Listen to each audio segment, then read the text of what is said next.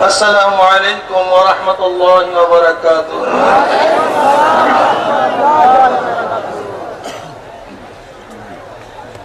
الحمد لله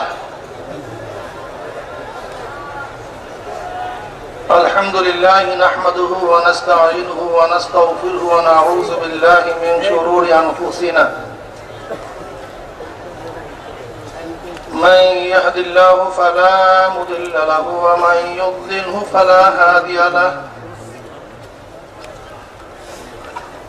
ونشهد أن لا إله إلا الله وحده لا شريك له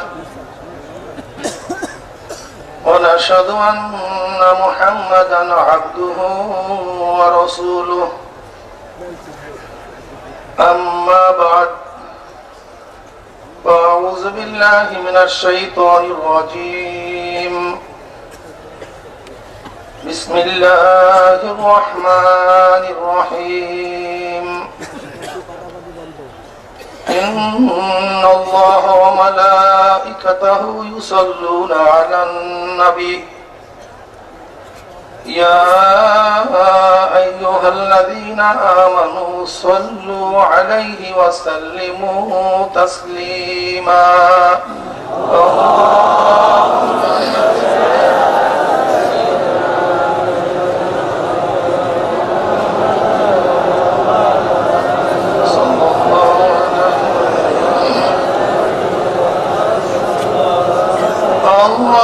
اللهم صل على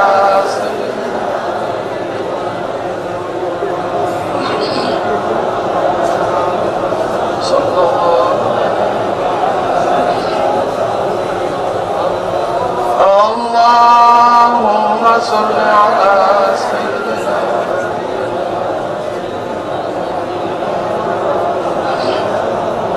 صلى الله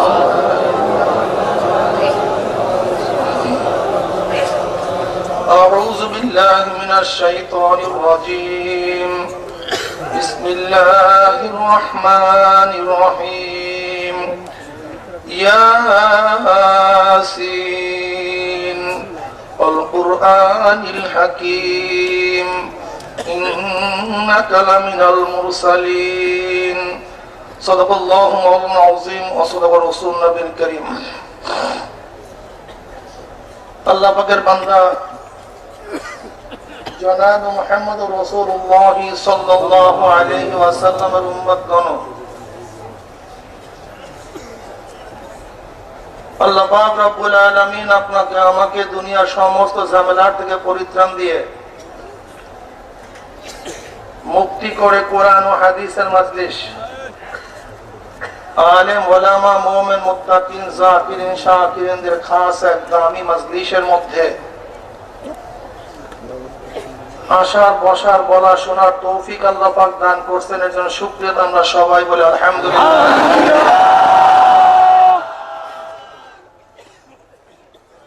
অনেকেই আসার ইচ্ছা পোষণ করছিল কিন্তু আসতে পারে নাই, বিভিন্ন ঝামেলায় তৌফিক হয় নাই, চেষ্টা চলছিল। আবার অনেকে আসছে কিন্তু থাকতে পারে না, আগেই বিদায় হয়ে গেছে। অনেক মানুষের জানাজার নামাজ আমরা এই ময়দানেই পড়ছি, কিন্তু আল্লাহ পাক রব্বুল আলামিন আপনাকে আমাকে হায়াতে রেখে সুস্থ শরীরে রেখে এই লক্ষ লক্ষ আল্লাহ ওয়ালাদের মাজলিসে সময় কাটাবার তৌফিক আল্লাহ পাক দান করছেন। এই শুকরিয়া কিয়ামত পর্যন্ত আদায় করলে শেষ করা যাবে না। কাজে শুকরিয়া আমরা সবাই বলি আলহামদুলিল্লাহ।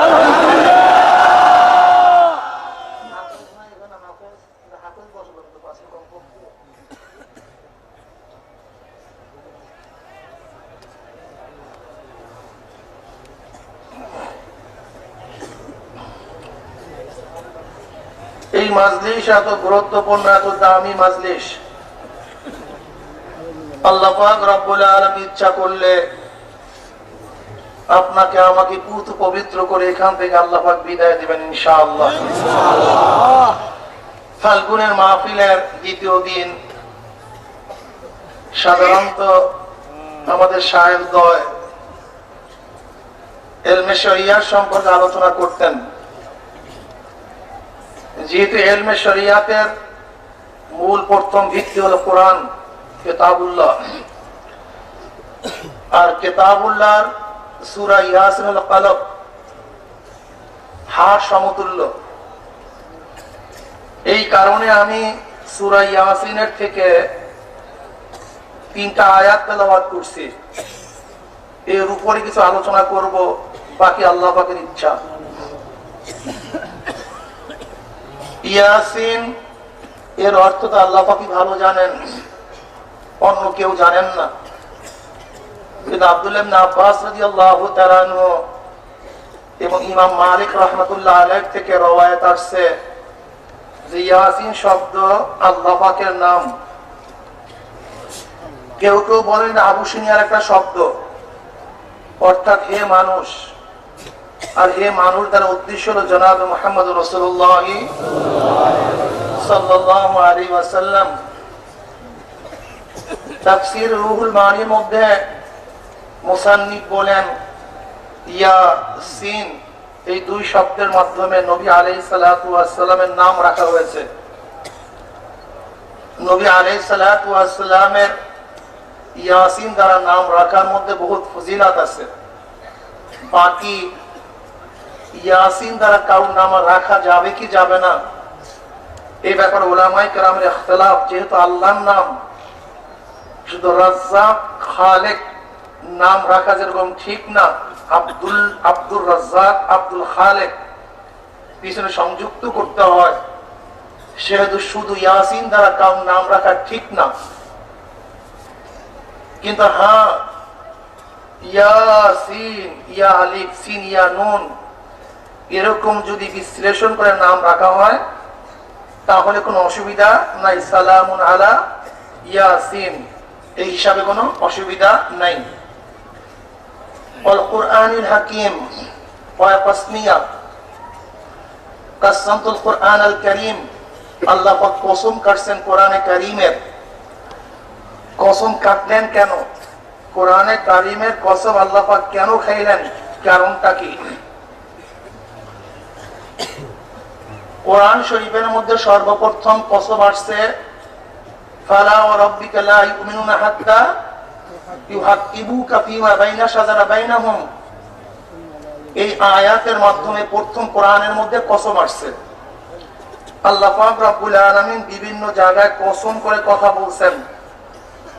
কেন কসম কাটা বলছেন? আল্লাহ পাক রব্বুল আলামিনের কসম কাটার কোনো প্রয়োজন নাই, কিন্তু দয়া পরবশ হয়ে আল্লাহ পাক রব্বুল আলামিন কসম কাটছেন। যেমন ছোট একটা বাচ্চাকে বাপ বারবার বলতেছে তুমি আম খাওয়ার জন্য বাগানে যেও না, কারণ বাগানের মধ্যে বাঘ আছে। কিন্তু বাবা খুব লক্ষ্য করতেছে ছেলে আমার কথা গ্রহণ করতেছে না, তার লোভ আমার আদেশের উপরে প্রাধান্য পাইতেছে। তখন বাবা ছেলের মোহাব্বতে, বাচ্চার মোহাব্বতে বলে আমি কসম কাটিয়া বললাম হে আমার ছেলে তুমি বাগানে যেও না, সেখানে বাঘ আছে, সাপ আছে। এই কসম কিসের জন্য কাটছে?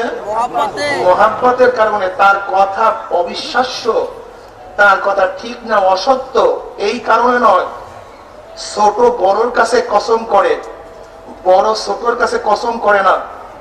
ওস্তাদ ছাত্রের কাছে কসম করে না, ছাত্র ওস্তাদের কাছে কসম করে।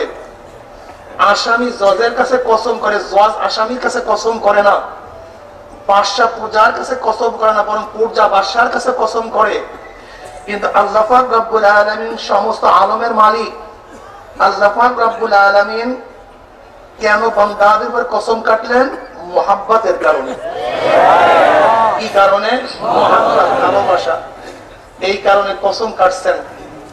আল কুরআনুল হাকিম, কোরআন কি জিনিস, কসম কেনই বা কাটলেন? আসলে অবিশ্বাস যারা করছে কোরআনকে, তাদেরকে বিশ্বাস করার জন্য আল্লাহ পাক রব্বুল আলামিন কোরআনে কারীমের কসম কাটছেন। আপনারা জানেন একদল মানুষ কোরআনকে অস্বীকার করছে যে কোরআন এইটা আল্লাহর তরফ থেকে নাযিল হয় নাই, বরং মুহাম্মদ নিজে নিজে তার বানানো কিছু কথা আমাদের সামনে ব্যক্ত করে। নবী আলাইহিস সালাতু ওয়াস সালামের উপরে যখন কোরআন নাযিল হইতেছিল, তখন কাফেররা মশওয়ারায় বসছে যে এই কোরআন থেকে কিভাবে ফেরানো যায়, এবং কোরআন কি আল্লাহর কিতাব কি কিতাব না, এইটা কিভাবে পরীক্ষা করা যায়। মশওয়ারার মধ্যে বলতেছে, আমাদের মধ্যে অতন্ত্রবাদী কে আসো, সাহিত্যিক কে আসো, জাদুকর কে আসো, যে ব্যক্তি জাদু সম্পর্কে, সাহিত্যিকতা সম্পর্কে এবং অতন্ত্রবাদীও সম্পর্কে ভালো মতো চিহ্নিত করতে পারবা, আমাদের মধ্যে কে আসো এরকম। ওলীদ ইবনে মুগীরা সে বলতেছে, তোমরা জানো আমি এই ব্যাপারে সর্বশ্রেষ্ঠ, আমি যাব মুহাম্মাদের কালাম শুনবো।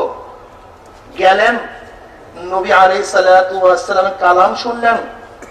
তিনি যখন ফিরে আসছেন, আবু জাহাল বলতেছে, নিশ্চিত নিশ্চিত ওলীদ ইবনে মুগীরা মুহাম্মাদের সমস্ত খানাকে গ্রহণ করছে, মিষ্টটা গ্রহণ করছে। যেই চেহারায় সে সেখানে গেছে, কিন্তু সেই চেহারায় সে ফিরে নাই। আবু জাহেল গেছে ওলীদ ইবনে মুগীরার কাছে গিয়ে বলতেছে, আপনি আরবদের মধ্যে, কুরাইশদের মধ্যে সবচেয়ে বেশি সম্ভ্রান্ত, আপনি কোন কারণে মুহাম্মাদের খাদ্যকে গ্রহণ করছেন? আরবরা তো আপনার জন্য মাল জমা করতেছে। বলে কেন? আপনাকে দেওয়ার জন্য। বলে কেন?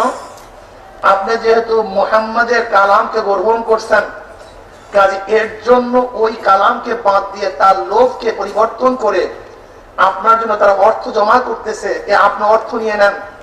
তখন ওলীদ ইবনে মুগীরা বলতেছে, তোমরা জানো আরবদের মধ্যে সবচেয়ে আমি বড় ধনী এবং আমি সম্মানিত, আমার টাকা পয়সা কোনো অভাব নাই, কিন্তু মুহাম্মদ যে কালাম আমাকে শুনাইছে সেটা না কোনো কবিতা, না কোনো জাদু, না কোনো অতন্ত্রবাদীদের কোনো বক্তব্য, এমন কালাম আমাকে শুনাইছে যা কোনো মানুষের কালাম হতে পারে না।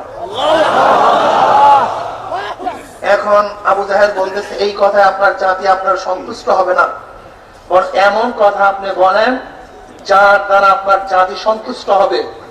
তখন ওলীদ ইবনে মুগীরা বলে, তোমরাই বলো। কেউ বলতেছে আমরা তাকে জাদুকর বলবো। তখন ওলীদ ইবনে মুগীরা বলতেছে, আমরা জাদুকর চিনি, যদি তাকে জাদুকর বলো এটা মানুষ বিশ্বাস করবে না, তাহলে আমরা তাকে কবি বলবো। তোমরা যদি কবি বলো, কবি সম্পর্কে আমরা জানি, আরবদের মধ্যে সবচেয়ে বড় কবি ছিল, কিন্তু তার কথা তো কবিতাও না। তখন তারা বলছে, আমরা তাদেরকে অতন্ত্রবাদী বলবো, ভবিষ্যৎ কথা বলে।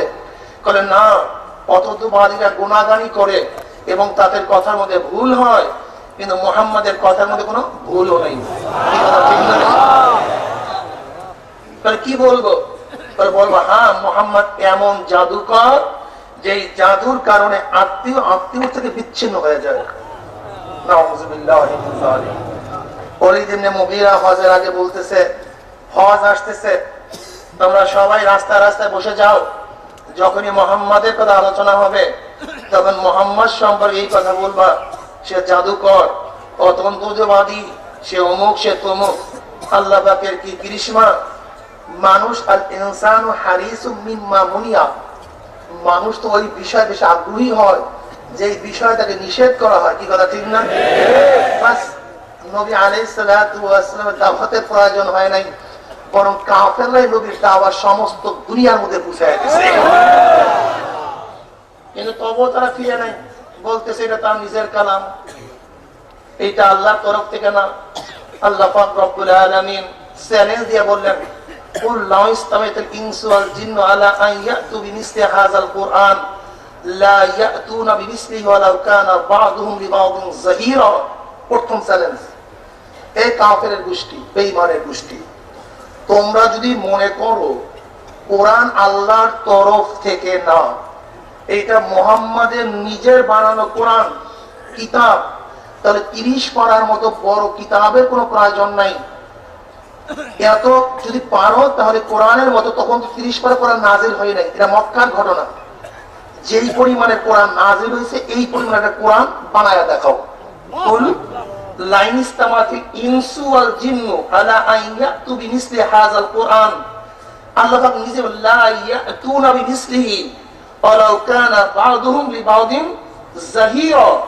গোটা জিন এবং গোটা ইনসান যদি একে অপরকে সাহায্য করে এরকম কোরআন বানাবার জন্য, দেখেন আমরা চ্যালেঞ্জ দেওয়ার পরে চ্যালেঞ্জ ওপেনিং হয়, এরপর হার জিত হওয়ার পরে আমরা ঘোষণা দেই কে হারছে কে বা জিতছে। কিন্তু কোরআনের ভাষার চ্যালেঞ্জটা কেমন? কুল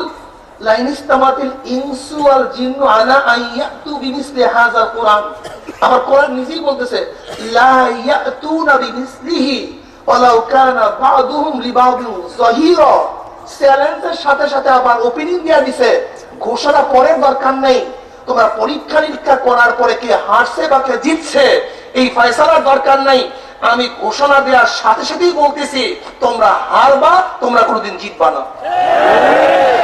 অবস্থা বুঝছেন তো?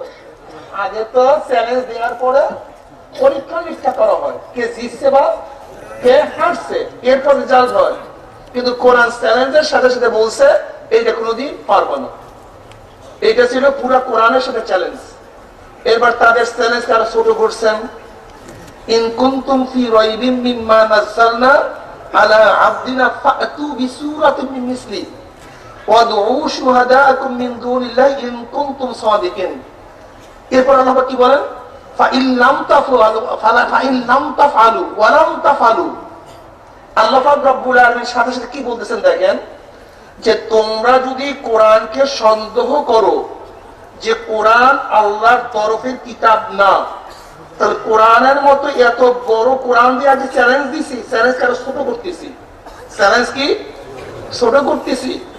আমি ছোট করে কি নিয়ে আসছি, এত বড় কোরআনের দরকার নাই। ইন্না আতাইনাকাল কাউসার ফাসল্লি লিরাব্বিকা ওয়ানহার ইন্না শানিআকা হুয়াল আবতার।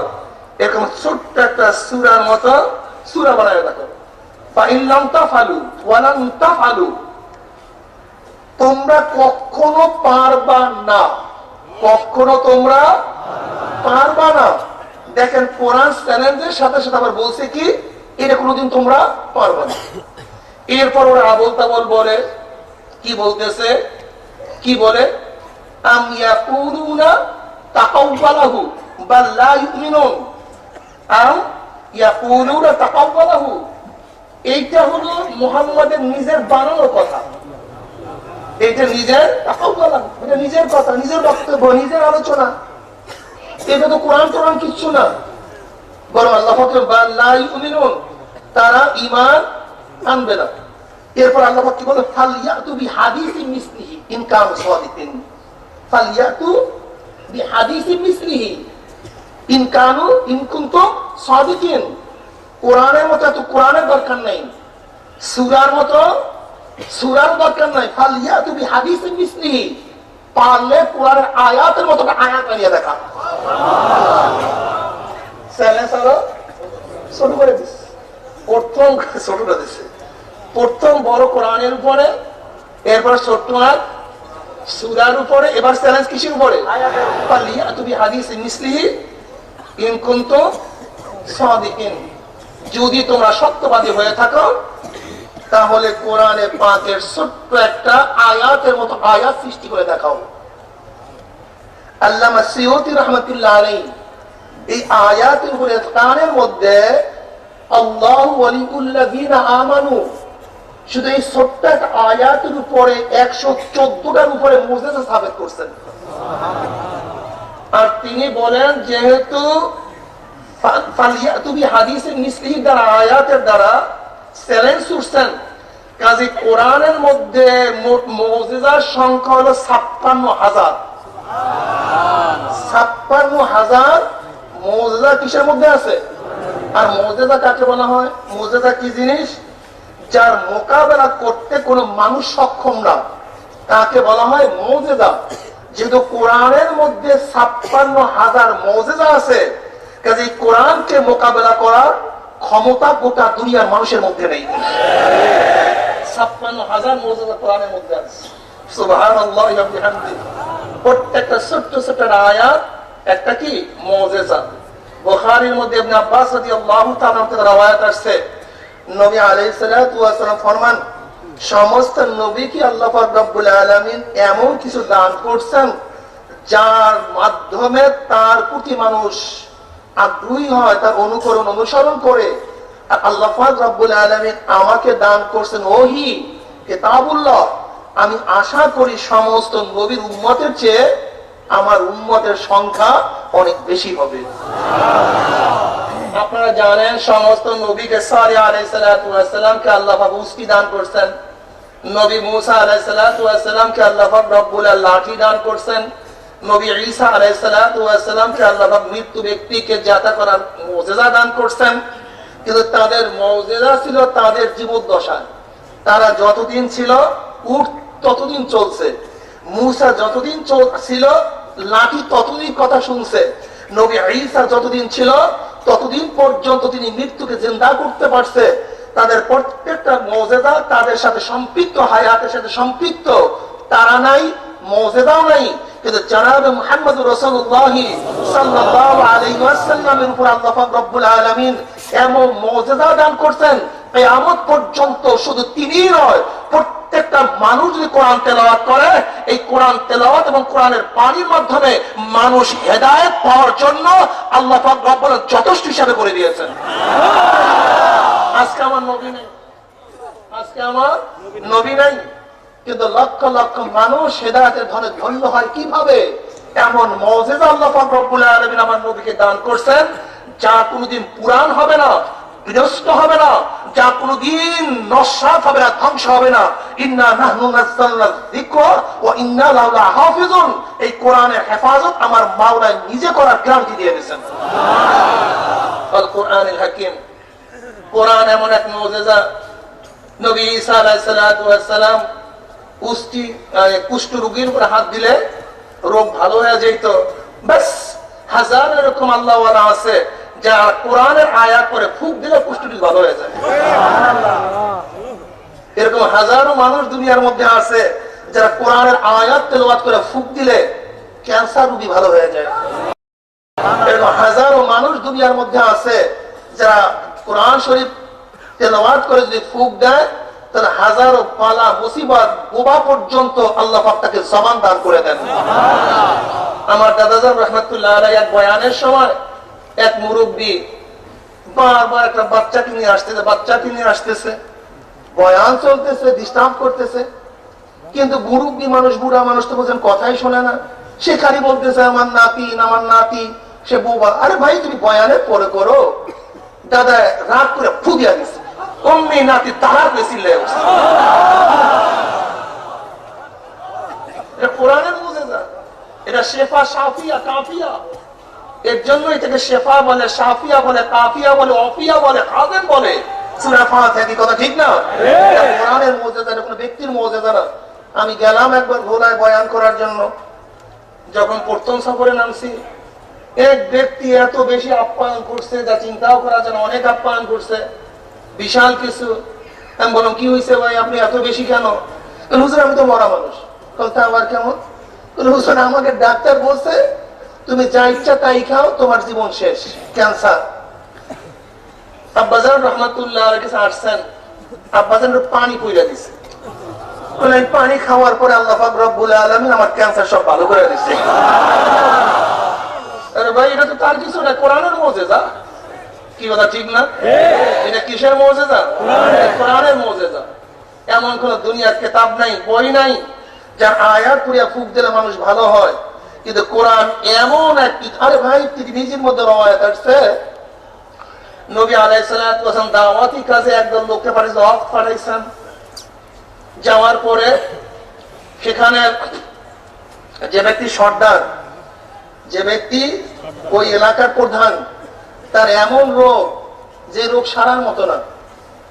এখন হুজুর টুজুর দেখা তারা বলতেছে তোমাদের মধ্যে কেউ ঝাড়ফুঁক দেওয়ার মতো আছে কি না? কেউ আছে ঝাড়ফুঁক দেওয়ার মতো? এখন মুসলমানদের আমি বলতে আমি পারি। উনি সূরা ফাতিহা 7 বার পড়ে ফুঁক দিছে। আল্লাহ কি কৃষ্ণবাসী ব্যক্তি ভালো হয়ে গেছে। নিজের মধ্যে রওয়ায়াত আছে, ভালো হয়ে গেছে।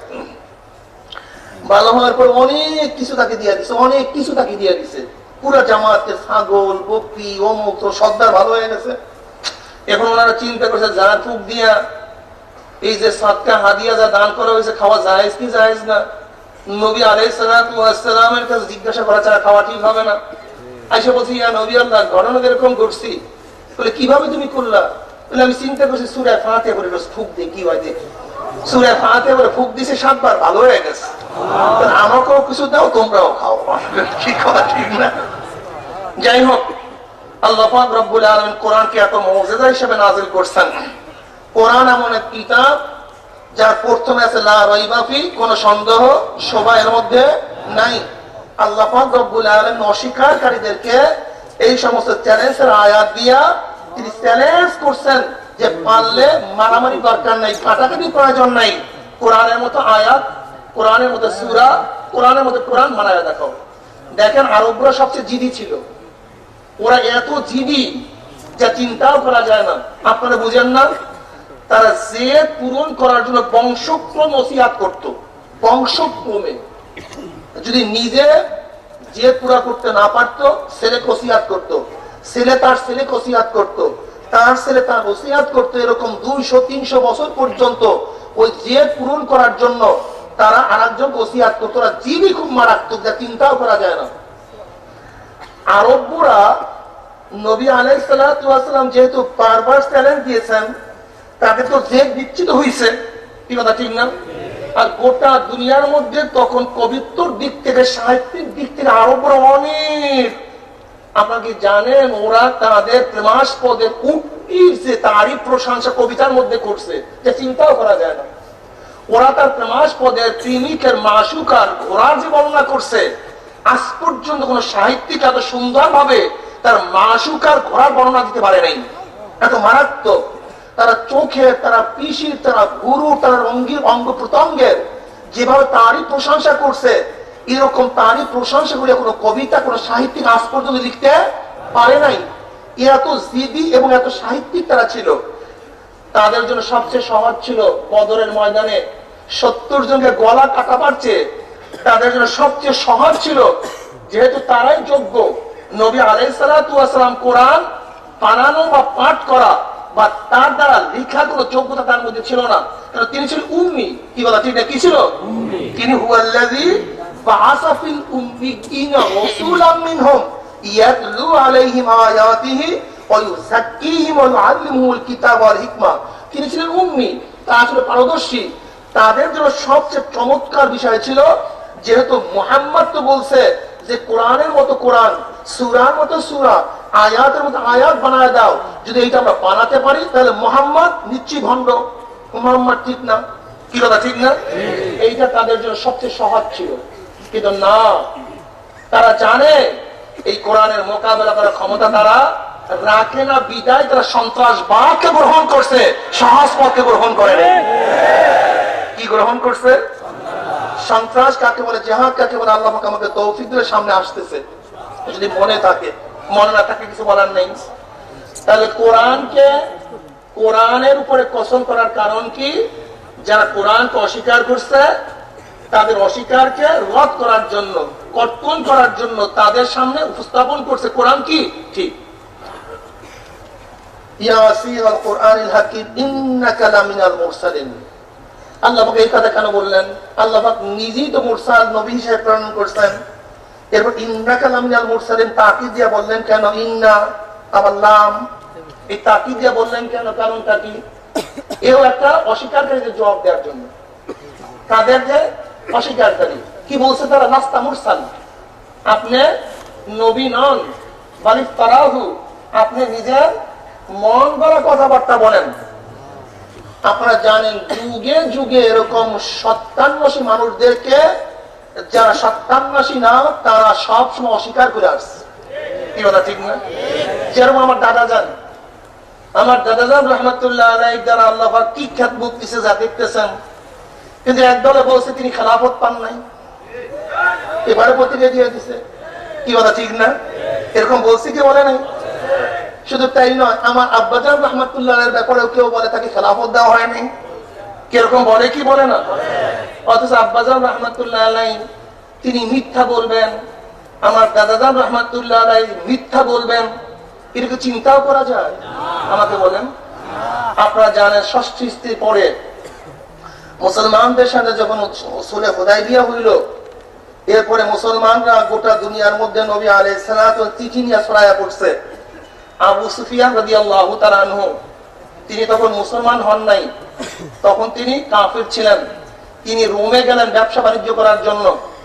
তখন হেরাক্লিয়াস, হেরাক্কাল যাকে বলা হয়, এই হেরাক্কাল নবী আলাইহিস সালাতু ওয়াস সালাম সংবাদ নেয়ার জন্য একজন আরব্য লোক খোঁজ করছিলেন। যাই হোক, বিশাল হাদিস বুখারীর মধ্যে আপনারা পড়ছেন, অনেকেই পড়ছেন, বিশাল এক হাদিস আসছে। তখন হেরাক্লিয়াসের কাছে আবু সুফিয়ানকে নিয়ে আসা হয়েছিল। তখন কি বলছিলেন? লাইন কাযাবানি লাকাযাবতুহু লাউলাল হায়াউ আন ইউসির আলাইয়া কাযাবান লাকাযাবতু আনহু। হযরত আবু সুফিয়ান রাদিয়াল্লাহু তাআলা বলেন যে হেরাক্লিয়াস বলছিল লাউ কাযাবানি লাকাযিবুহু, যদি আবু সুফিয়ান আমার সাথে মিথ্যা কথা বলে তাহলে তোমরা তাকে মিথ্যুক বলিও। কি বলিও? মিথ্যুক বলিও। তখন আবু সুফিয়ান বলছেন লাউলাল হায়াউ আন ইউসির আলাইয়া কাযাবান লাকাযাবতু আনহু, যদি আমার মধ্যে এই লজ্জা না থাকতো যে মানুষ আমাকে মিথ্যা বলবে, তাহলে নিশ্চয়ই হেরাক্লিয়াস মুহাম্মাদের ব্যাপারে যে প্রশ্ন করছে তার মধ্যে আমি কিছু মিথ্যা ঢুকাই দিতাম।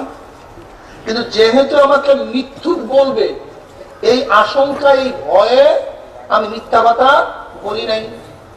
তখন আবু সুফিয়ান কি ছিল? কথা বলেন না কেন? দেখেন, একজন কাফেরের মধ্যেও কেউ তাকে মিথ্যুক বলুক এটা সে চায় নাই। একজন কাফের, তাকে কেউ মৃত্যু বলুক এইটা সে, কোন কাফের মিথ্যা কথা বলে না, এটা খারাপ, এটা হারাম, এইটা তার মানবতার খেলাফ, তার অবস্থার খেলাফ। অথচ আমরা মুসলমান হয়ে মিথ্যা কথা বলি, আমরা মুসলমান হয়ে মিথ্যা কথা বলি, নাউজুবিল্লাহ। এটা কাফেরদের সাথেও ঠিক না, তার মুসলমানদের সাথে ঠিক হলো কিভাবে আমাকে বলেন? এটা মুসলমানের সাথে ঠিক না, কোন অবস্থাতেই মিথ্যা বলা যাবে না। এরপর আবু সুফিয়ানের কাছে হেরাক্লিয়াস বহুত কথা জিজ্ঞাসা করছেন। তার মধ্যে তিনি বলছেন, আমি তোমার কাছে আমি তোমার কাছে প্রশ্ন করছি যে হাল কুনতুম তাত্তাহিমুনা বিল কিযব ক্বাবলা আন ইয়াকুলা মা ক্বালা। আমি তোমার কাছে প্রশ্ন করছি, তোমরা কি মুহাম্মদ যা বলতেছে, নবী দাবি করছে, সেই দাবি করার আগে তাকে কি তুমি কোন মিথ্যা তোহমাত বা মিথ্যাবাদী হিসাবে তোমরা কি স্বীকৃতি দিতা? ফাযাকাতাল্লাহ, তুমি উল্লেখ করছো কি আমরা তাকে মিথ্যুক বলতাম না। ফাকাদ আরিফু আন্নাহু লাম ইয়াজারা কিযবা আলান নাস ওয়া ইয়াকযিবু আলাল্লাহ। যে ব্যক্তি মানুষ সম্পর্কে মিথ্যা এড়িয়ে চলে, সেই ব্যক্তি আল্লাহর ব্যাপারে মিথ্যা বলবে, এটা কোনোদিন হতে পারে না। আমি কি দলিল নিতে চাই? আমি দলিল নিতে চাই যে আব্বাজান রহমাতুল্লাহ আলাইহি, দাদাজান রহমাতুল্লাহ আলাইহি, যাদের জিন্দেগিতে আমি একবারও দেখি নাই মিথ্যা কথা বলতে, অথচ তারা প্রতিবার বয়াত করার সময় এই কথা বলবে যে আমাকে খেলাফত দিছে শহীদ ইসহাক সাহেব রহমাতুল্লাহ আলাইহি, আবার দাদাজান বলবে আমাকে খেলাফত দিছে শহীদ ইব্রাহিম সাহেব রহমাতুল্লাহ আলাইহি। এরকম প্রত্যেকবার উল্লেখ করার সময় মিথ্যা হয় কি হয় না? কি কথা বলেন না কেন? এটা সম্ভব কোন মুসলমানদের জন্য? অথচ তাদের খেলাফতের ব্যাপারে হাজারো লক্ষ সাক্ষী মওজুদ, এখানে বসে আমরা শুনছি। কি কথা ঠিক না? এরপর একদল বলতেছে তাকে খেলাফত দেওয়া হয়নি। এটা নতুন কোন ঘটনা না। ইন্নাকা লামিনাল মুরসালিন, নবী আলাইহিস সালাতু ওয়াস সালামকেও অস্বীকার করার লোক ছিল, ঠিক হককে অস্বীকার করার লোক ছিল, আছে, থাকবে। এখানে আরেকটা মাসালা বুঝতে হবে। কি মাসালা? নেতা নির্বাচন করার পদ্ধতি কি হবে? নেতা কথা বলেন না কেন? হেরাক্লিয়াস যেই প্রশ্নগুলি করছে, সেই প্রশ্নগুলি ছিল কি নবী আলাইহিস সালাতু ওয়াস সালাম সম্পর্কে। তিনি কি বলেন, তেনার উপরে তোমরা কি তোহমাত লাগাও করে মিথ্যা, তিনি কি ধোঁকাবাজি করেন কি করেন না, তেনার বাপ মালিক ছিলেন কি ছিলেন না, কি কথা ঠিক না? এরকম বহুতগুলি প্রশ্ন তিনি করছেন। এই প্রশ্ন করার পরে সিদ্ধান্ত গ্রহণ করছেন। কি বুঝলাম আমরা? উসুলের এক অর্থ ইস্তিসহাব। উসুলের এক অর্থ কি? ইস্তিসহাব মানে কি? ইস্তিসহাব অর্থ কি? শোনেন, ইস্তিসহাব অর্থ হলো হালে মওজুদাকে হালে সাবেকের কিয়াস করে হালে মুস্তাকবিলের সিদ্ধান্ত গ্রহণ করা। বর্তমানকে অতীতের উপরে কিয়াস করে ভবিষ্যতের ফয়সালা দেওয়ার নাম ইস্তিসাব। এই ইস্তিসাবের মাসালা বুঝে হিরাক্লিয়াস। হিরাক্লিয়াস নবীকে দেখেন নাই, তার কথাও তিনি শুনেন নাই, কিন্তু নবীর বর্তমান এবং অতীত সম্পর্কে তিনি খবর নিয়েছেন। বর্তমান কি, তার অতীত কি, বর্তমান কি, অতীত কি, এরপর তিনি ফয়সালা কি দিচ্ছেন, তিনি সত্য নবী। কিসের উপরে বলেন তো? বর্তমান কি, এরপর ফয়সালা কি, সত্য। এই নবী নির্ধারণ করার জন্য হেরাক্লিয়াসের হাদিস যদি গবেষণা করি, তাহলে ভবিষ্যৎ ইমাম নির্ধারণ করার জন্য এই হাদিস হলো আমাদের জন্য মাইল ফলক। এই নেতা কেমন নেতা দেখবেন, বর্তমান অবস্থা কি, অতীত কি। যেমন বর্তমান ভালো, অতীত খারাপ, ভবিষ্যৎ খারাপ হতে, বর্তমান খারাপ, অতীত ভালো, ভবিষ্যৎ খারাপ হতে, বর্তমান ভালো, অতীত ভালো, ভবিষ্যৎ। দেখছেন, আপনারাই শিক্ষা বানাইছেন, আপনারাই শিখছেন। বর্তমান অতীত ভবিষ্যৎ, দেখছেন অবস্থা। খুব ভালো মতো বুঝবেন, গোটা দুনিয়ার নেতা এইভাবে নির্বাচন করবেন, গোটা দুনিয়ার নেতা এইভাবে নির্বাচন, ইসলামিক লিডার এইভাবে নির্বাচন করবেন। ভালো ভালো কথা বলে, কিন্তু পিছনে কি করছে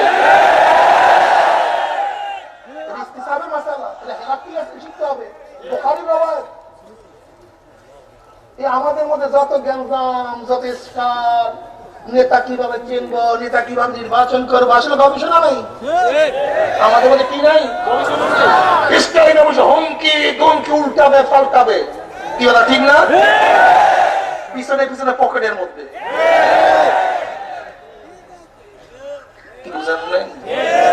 আমি দেখবো বর্তমান অবস্থা কি, অতীত অবস্থা কি। বর্তমান ভালো, অতীত খারাপ, ভবিষ্যতে খারাপ করতে পারে। বর্তমান খারাপ, অতীত ভালো, ভবিষ্যতে খারাপ করতে। বর্তমান ভালো, অতীত ভালো, ভবিষ্যৎ ভালো ইনশাআল্লাহ। চরমোনাই এলাকাকে কেমনি নির্বাচন করবেন, তাদের বর্তমান দেখবেন, অতীত দেখবেন, ফয়সালা ভবিষ্যৎ করে বানাইবেন।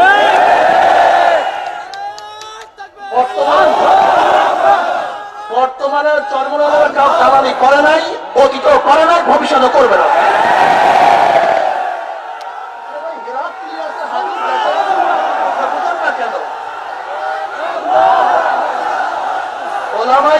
শোনেন, খুব ভালো মতো বুঝতে হবে। জীবনভর হেরাক্লিয়াসের হাদিস পড়াইছেন, জীবনভর হেরাক্লিয়াসের হাদিস পড়াইছেন, জীবনভর ইস্তিসাবের মাসালা বয়ান করছেন, কিন্তু ইস্তিসাবের মাসালার মধ্যে, হেরাক্লিয়াসের হাদিসের মধ্যে নেতা নির্বাচন করার মহা ঔষধ যে আছে, এটা আমাদের অনেকেরই জানা নেই।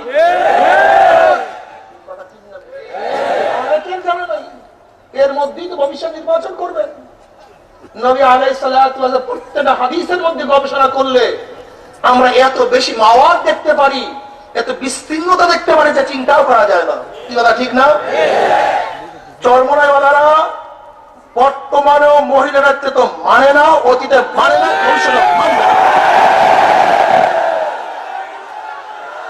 চরমোনাইওয়ালারা বর্তমানে হক, অতীতেও হক, ভবিষ্যতে হক।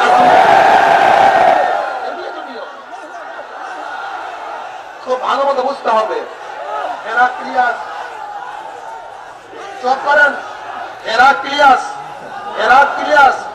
যেইভাবে ফয়সালা করছে, এইভাবে চেয়ারম্যান এইভাবে ফয়সালা করবেন, মেম্বার এইভাবে ফয়সালা করবেন, এমপি এইভাবে ফয়সালা করবেন, মিনিস্টার এইভাবে ফয়সালা করবেন।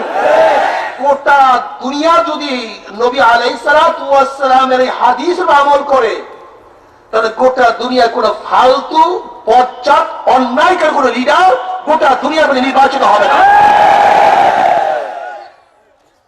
কিন্তু আমরা নেতা নির্বাচন করতে ভুল করি। যখন ইলেকশন আসে, টুপি একটা গাড়িয়া দাড়ি রাইখা মোনাজাত দেয় বিশাল লম্বা লম্বা, কিন্তু ইলেকশনের পরে টুপিও নাই, দাড়িও নাই, নামাজও নাই। কারণ ওই ইলেকশনের নামাজ, এই নামাজ ভবিষ্যতে থাকবে না। ওই ইলেকশনের দাবি, এই দাবি ভবিষ্যতে থাকবে না। ওই ইলেকশনের টুপি, এই টুপি ভবিষ্যতে থাকবে না। কোন ইলেকশনের মোনাজাত, এই মোনাজাত হামেশা চলবে না।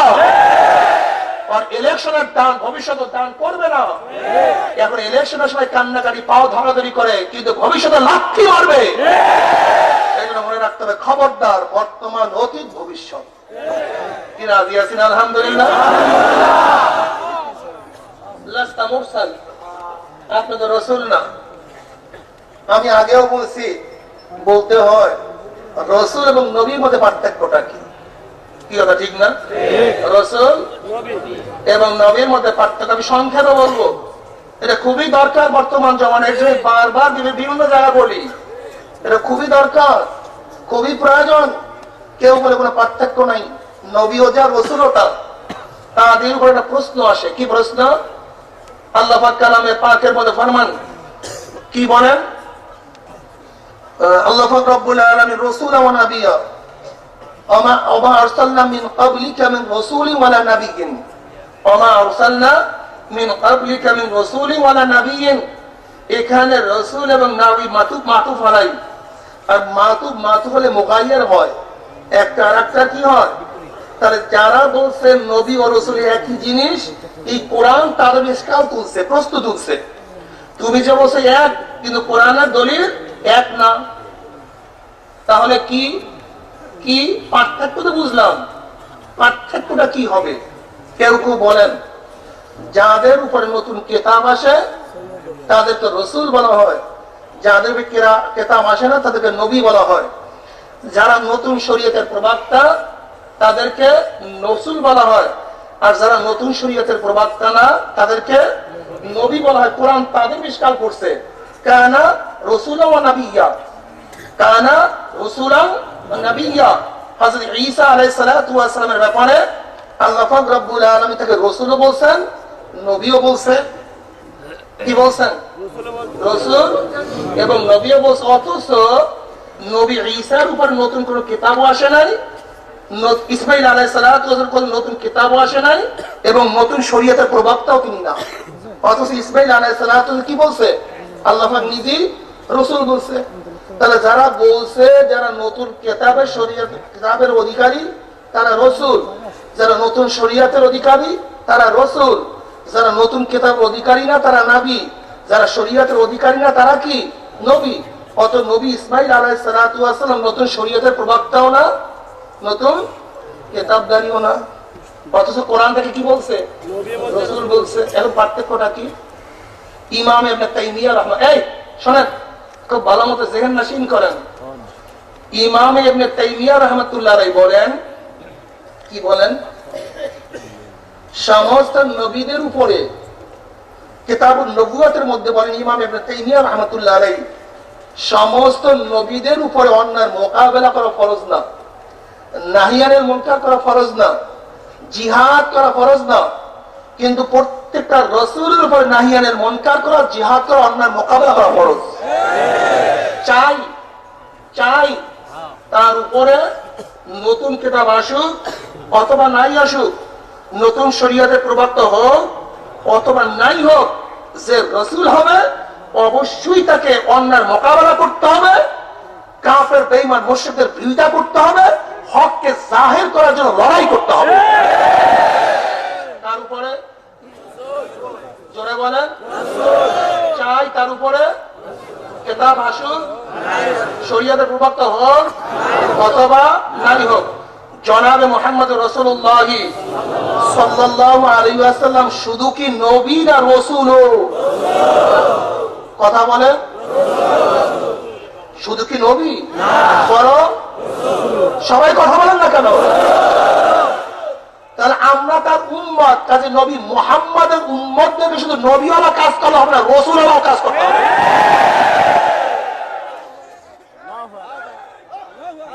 নবী মুহাম্মাদের উম্মতদেরকে শুধু নবীওয়ালা কাজ করলে চলবে না, বরং কি কাজ করতে হবে? এর জন্যই তো আমরা বলি শুধু নবী, হ্যাঁ নবীওয়ালা তো কাজ করবেই, কিন্তু তার সাথে রাসূলওয়ালাও কাজ করতে হবে।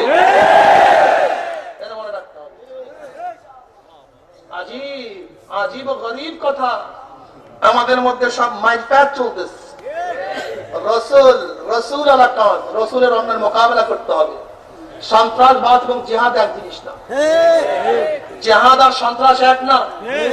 শোনেন, ডাক্তারও পেট ফাড়ে, টাকাই তো পেট ফাড়ে, দুইজনের পেট ফাড়া এক জিনিস না। পুলিশও গুলি করে, মিলিটারিও গুলি করে, আর টাকাইটাও গুলি করে, দুটাই গুলি, মানুষও মারা গেছে, কিন্তু দুই মরা এক মরা না। ঠিক না? আমাদের দেশের মুক্তিযোদ্ধারাও যুদ্ধ করছে, আন্দোলন মুক্তিযোদ্ধা, মুক্তির জন্য যারা যুদ্ধ করছে, যারা মারা গেছে, রক্তপাত করছে, কি কথা ঠিক না? কিন্তু তারা প্রশংসা সর্বোচ্চ আসীনে আছে, অথচ তারা তলোয়ার হাতে নিছে, বন্দুক হাতে নিছে, কিন্তু সন্ত্রাসীরাও বন্দুক হাতে নিছে। দুইজনের বন্দুক হাতে নেওয়া এক জিনিস না। ইসলামের জিহাদ আর আমেরিকা, রাশিয়া, ব্রিটেনের সন্ত্রাসবাদ এক জিনিস না। জিহাদ কি জিনিস? জিহাদ কাকে বলা হয়? আল জিহাদু হুয়া দুআউ ইলা দীনিল হক ওয়াল কিতালু মান লাম ইয়াকবালহু।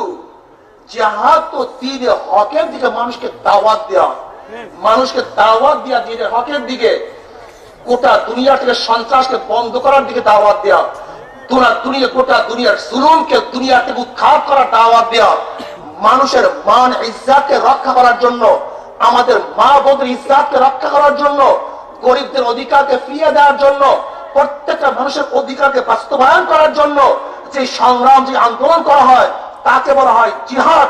আর যারা জুলুমকে প্রতিষ্ঠা করার জন্য, অন্যের মালকে ভক্ষণ করার জন্য, অবৈধভাবে মানুষের রক্তপাত করার জন্য, কারোর ঘরকে দখল করার জন্য, কারোর জমিকে হরণ করার জন্য, টেন্ডারবাজি, চাঁদাবাজি করার জন্য যে যুদ্ধ করা হয়, তার নাম হলো সন্ত্রাস।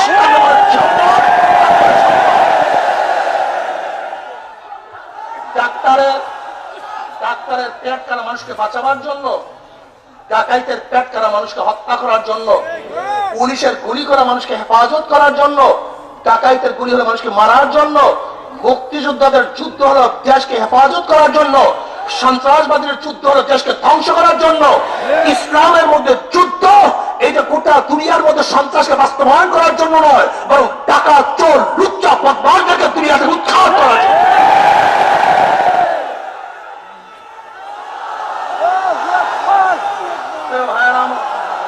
খুব ভালো ভালো বুঝবেন। শোনেন শোনেন, জিহাদ, আজকে জিহাদের উপরে যত আক্রমণ চলতেছে, জিহাদ জিহাদ জিহাদ জিহাদ জিহাদ জিহাদ জিহাদ জিহাদ, অথচ আমার নিজের কানে হাজার অফিসার বড় বড় এসপি, ডিসি, আইজি, তাদের থেকে আমরা শুনছি কি মদকের বিরুদ্ধে জিহাদ ঘোষণা করব, সন্ত্রাসের বিরুদ্ধে জিহাদ ঘোষণা কর। কি বলছে কি বলে না? আমাদের দেশে বলে কি বলে না? ওরা শিক্ষিত মানুষ, ওরা জানে মদকে প্রতিষ্ঠা করার জন্য জিহাদ হয় না, বরং মদকে উচ্ছেদ করার জন্য জিহাদ হয়। সন্ত্রাসকে দমন করার জন্য জিহাদ হয়, সন্ত্রাসকে লালন করার জন্য জিহাদ হয় না। ওরাও জানে, ঠিক না? কিন্তু একমাত্র ইসলামকে ধ্বংস করার জন্য, ইসলাম থেকে মানুষের জিহাদের চেতনা উন্মোচন করার জন্য, দূর করার জন্য আজকে ব্রিটিশ, আমেরিকা, রাশিয়া, নাস্তিকের গোষ্ঠী জিহাদ জিহাদ জিহাদ জিহাদ জিহাদ জিহাদ জিহাদ জিহাদ জিহাদ কি ভাই? জিহাদ তো ডাক্তারের ছবি, জিহাদ তো পুলিশের অস্ত্র, জিহাদ তো মিলিটারির অস্ত্র, দেশকে হেফাজত করার জন্য, মানুষকে রক্ষা করার জন্য, মানুষকে ধ্বংস করার জন্য। কি কথা ঠিক না? জিহাদের আর এক তর্জমা কি? বাযালুল মাজহুদ ফি কিতালিল কুফফার মুবাশারাতান আও মুআনাতান বিল মাল আও বিল রায় আও বিকাসরাতিস সাওদা গায়রা যালিক।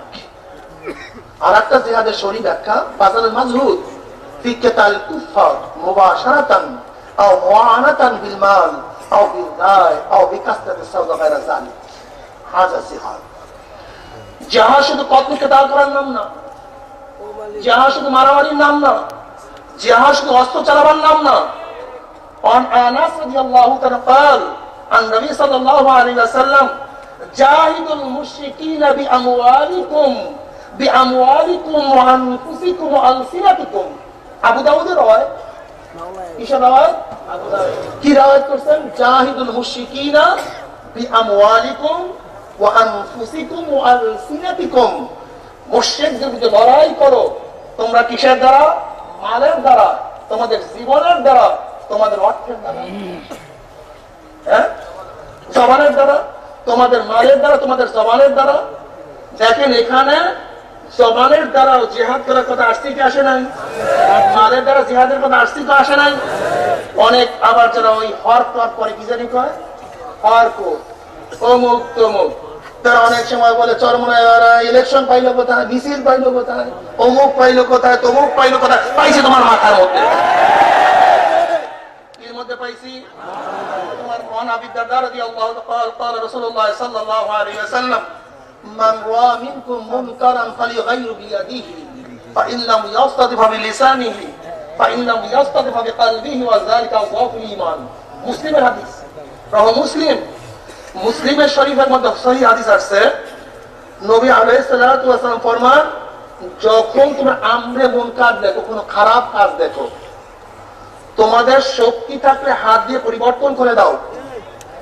সেই পরিমাণের শক্তি না থাকলে মুখ দিয়া, ওয়ালসিনাতিকুম, তোমাদের মুখ দিয়ে এমন ভাবে বলো যেন পরিবর্তন হয়ে যায়। যদি সেই শক্তিও না থাকে, মনে মনে কি করো ভাই?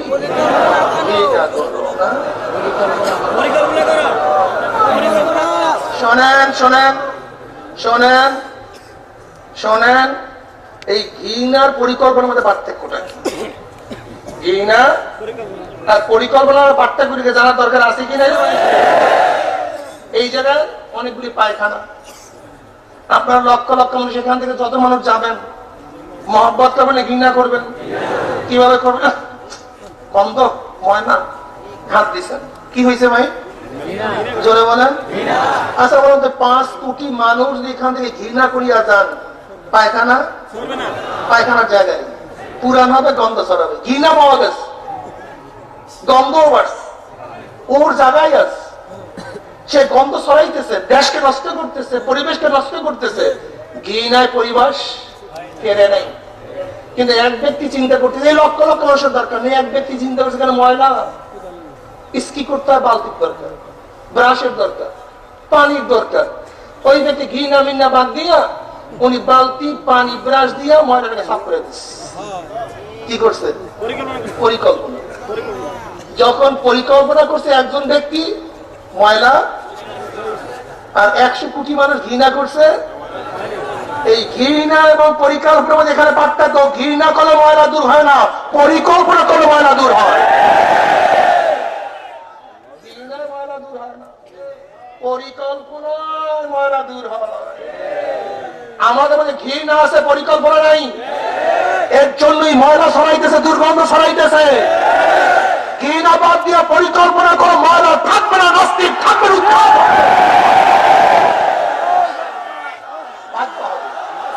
কি কথা ঠিক না?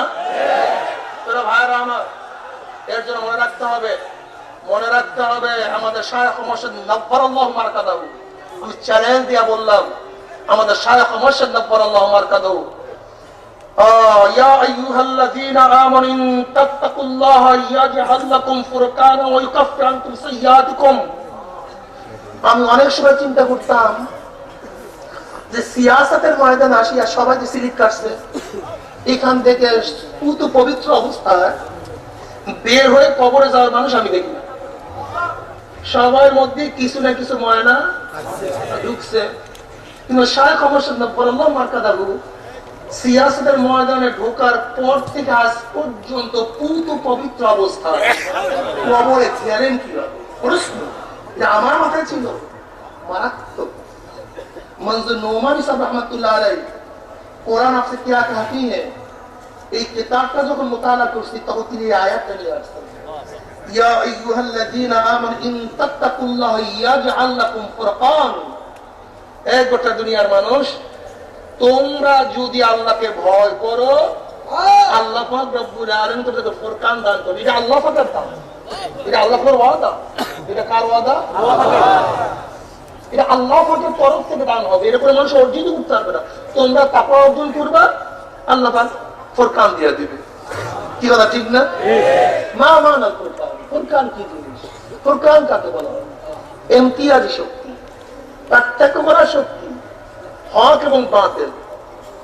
ঠিক কি ঠিক না, উচিত কি উচিত না, যাওয়া যাবে কি যাবে না, ওখানে কি হয় না হয় না, আল্লাহ পাক রব্বুল আলামিন এই ফুরকান দান করার ওয়াদা মুত্তাকিনদের জন্য ওয়াদা করছেন। আল্লাহ পাক ইন তাত্তাকুল্লাহ ইয়াজআল লাকুম ফুরকানা ওয়া ইউকাফফির আনকুম সাইয়্যাতিকুম ওয়া ইয়াগফির লাকুম।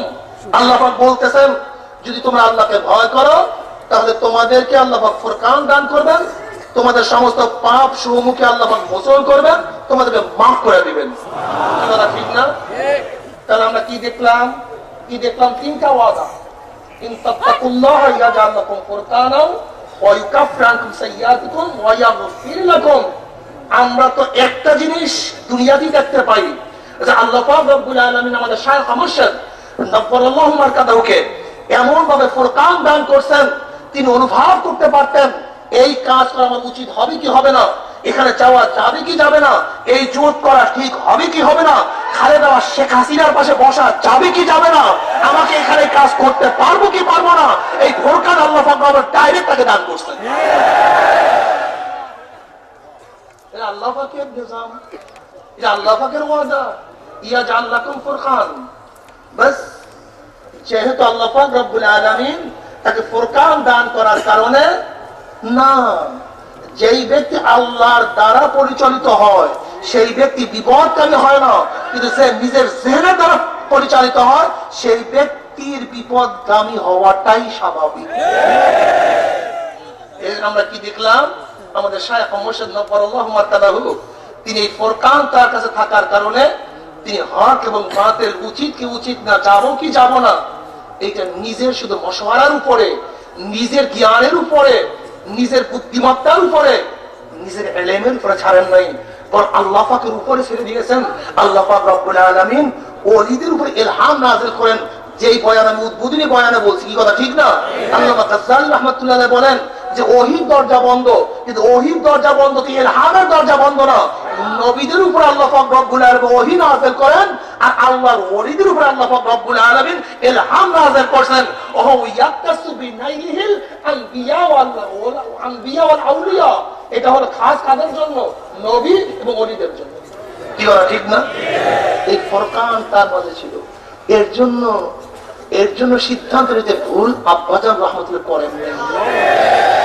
একটা আমরা দুনিয়াতে পাইলাম কি পাইলাম না, আর দুইটা ওয়ায়াগফির লাকুম সাইয়্যাতিকুম ওয়ায়াগফির লাকুম, এটা তো কবরের, ওয়ায়াগফির লাকুম সাইয়্যাতিকুম ওয়ায়াগফির লাকুম, এটা তো কবরের বিষয়। যেহেতু আমরা দুনিয়াতে একটা দেখছি, আশা করি আল্লাহ পাক কবুল করলে আল্লাহ পাক কবরে গিয়াও তার গুনাহ খাতা মাফ করবেন এবং তাকে ক্ষমা করে দিবেন, এটা আমরা মনে করি। কি ওটা ঠিক না? যাই হোক, জিহাদ এটা সন্ত্রাস না, বরং সন্ত্রাসকে দমন করার জন্য যে পদ্ধতি গ্রহণ করা হয় তাকে কি বলা হয়? জিহাদ বলা হয়। রেজাল্ট পান নাই? জোরে বলেন, কি পাইছেন? পান কয়েকদিন আগে 10 পর্যন্ত বইয়ের মধ্যে যেই সমস্ত নাস্তিকতাবাদ, হিন্দুত্ববাদের গোড়াপত্তন করার জন্য যে পলিসি করছিল, ইসলামী আন্দোলন বাংলাদেশ সরওয়ার্দী উদ্যানে বিশাল সমাবেশ, প্রত্যেক জেলায় সমাবেশ, প্রত্যেক বিভাগে সমাবেশ, এবং আন্দোলনের হুকুম দেওয়ার কারণে সিলেবাস থেকে তা পরিবর্তন হতে বাধ্য হয়েছে কি হয় নাই? হয় না নাকি? হয় না নাকি? আজীব ব্যাপার।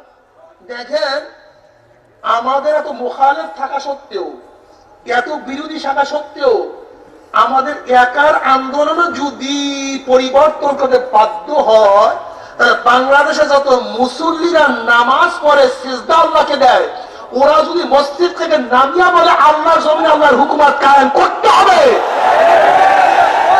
সাথে সাথে হুকুম কায়েম করতে বাধ্য হইত। কিন্তু মুসল্লিরা মসজিদে বলে আল্লাহু আকবার, বাইরে নামিয়েই বলে মাউশুতুন আকবার, মসজিদে বলে আল্লাহু আকবার, বাইরে নামিয়ে বলে আব্রাহাম লিঙ্কন আকবার,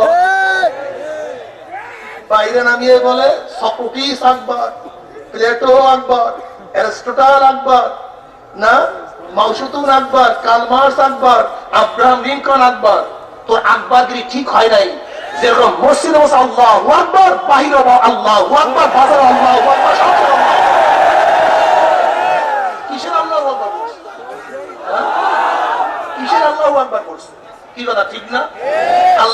ঠিক হয় নাই? আল্লাহু আকবার আলা কুল্লি শাই, আল্লাহু আকবার বলেন, আলা কুল্লি শাই, সব জিনিসের থেকে আল্লাহ বড়। এই যে অনেকে মনে করেন তাবলীগের বিরুদ্ধে দেওবন্দিরা করছে, নাউযুবিল্লাহ নাউযুবিল্লাহ। কোন তাবলীগের বিরুদ্ধে দেওবন্দিরা করে নাই, কিছু তো করে নাই। বরং কিছু কিছু তাবলীগওয়ালারা, বরং অধিকাংশ তাবলীগওয়ালারা যে কোরআন ও হাদিসকে তাহরিফ পরিবর্তন করতেছে, সেই পরিবর্তন না করে তার জন্য তাদের সতর্ক করছে। আমি এরকম এক মসজিদ থেকে নামাজ পড়ে আসতেছি, আমি দেখলাম এক ব্যক্তি দাওয়াত দিতে আছে, কিতাবুল জিহাদের হাদিস বাংলায় বলতেছে, ব্যক্তি সম্পূর্ণ জিহাদের হাদিসকে এই দাওয়াতের মধ্যে লাগাই দিতে আছে। সমস্ত দাওয়াতের, সমস্ত জিহাদের আয়াতকে দাওয়াতের মধ্যে লাগাই দিতে আছে। তাহরিফ। দাওবন্দ উলামায়ে কেরাম ইলিয়াস রাহমাতুল্লাহ আলাইহি যে তাবলীগী নিসাব, যে পদ্ধতি, এর মধ্যে দেওবন্দি আলারা কোনো ইখতিলাফ করেন নাই, কিন্তু ইলিয়াস রাহমাতুল্লাহ আলাইহি থেকে ঘটিয়া বাহির হইয়া যে নব পদ্ধতি শুরু করছে, তার বিরুদ্ধে উলামায়ে কেরাম, উলামায়ে দেওবন্দ কলম ধরছে। মনে রাখতে হবে, মনে রাখতে হবে, মনে রাখতে হবে।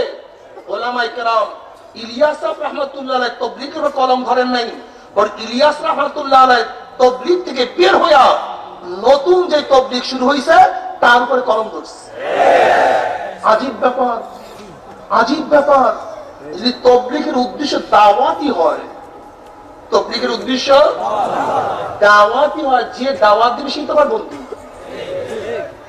আমার উদ্দেশ্য যদি একজন বেনমাজিকে নামাজই পড়ানো হয়, যেই ব্যক্তি একজন বেনমাজিকে নামাজ পড়বে সে আমার চলে বলেন। আমার যদি উদ্দেশ্য এক ব্যক্তি রোজা রাখানো, যেই ব্যক্তি একজন বিরোধীকে রোজা রাখানো সে আমার। আমার যদি উদ্দেশ্য এক ব্যক্তিকে দাঁড়িয়ে রাখানো হয়, তাহলে যেই ব্যক্তি দাঁড়িয়ে রাখবে সে আমার। যদি উদ্দেশ্য তাই হয় তাহলে আমার বন্ধু হবে। কিন্তু আমার তাবলীগ বাবারা চরমনের বিরোধিতা করেনি কেন? কারণটা শুধু তাই নয়, শুধু তাই নয়, এই চরমনের ময়দান দিয়ে যাবেন, দেখবেন একজন বেনমাজির পিছনে লাগবে না, একজন দাড়ি কাটার পিছনে লাগবে না, একজন মদ খোরের পিছনে লাগবে না, একজন জুয়া খোরের পিছনে লাগবে না। এই চরমনা থেকে যেই ব্যক্তি যাবে, বারবার বারবার বারবার বারবার বারবার বারবার। কারণটা কি? কারণটা কোথায়? শুধু তাই নয়, মুখ দেখ মসজিদে আমাদের এক ভাই জিকির করতেছে,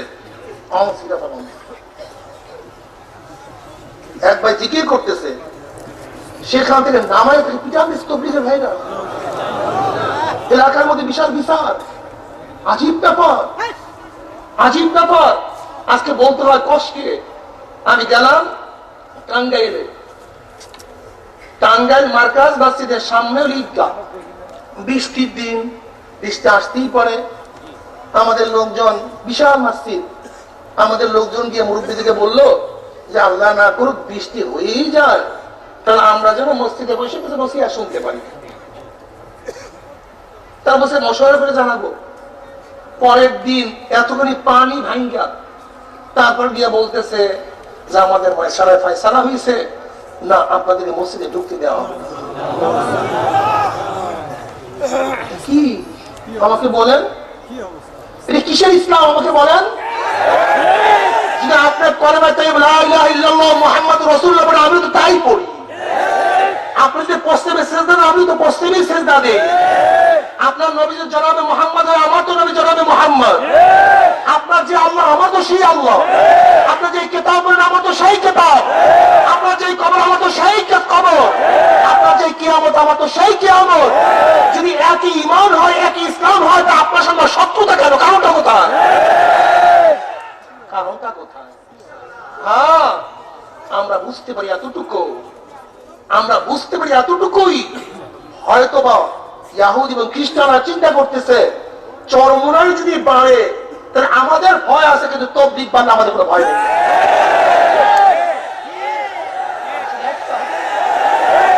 আর কোনো কারণ না, চরমনাই বাড়লে আমাদের গভীর ভয়।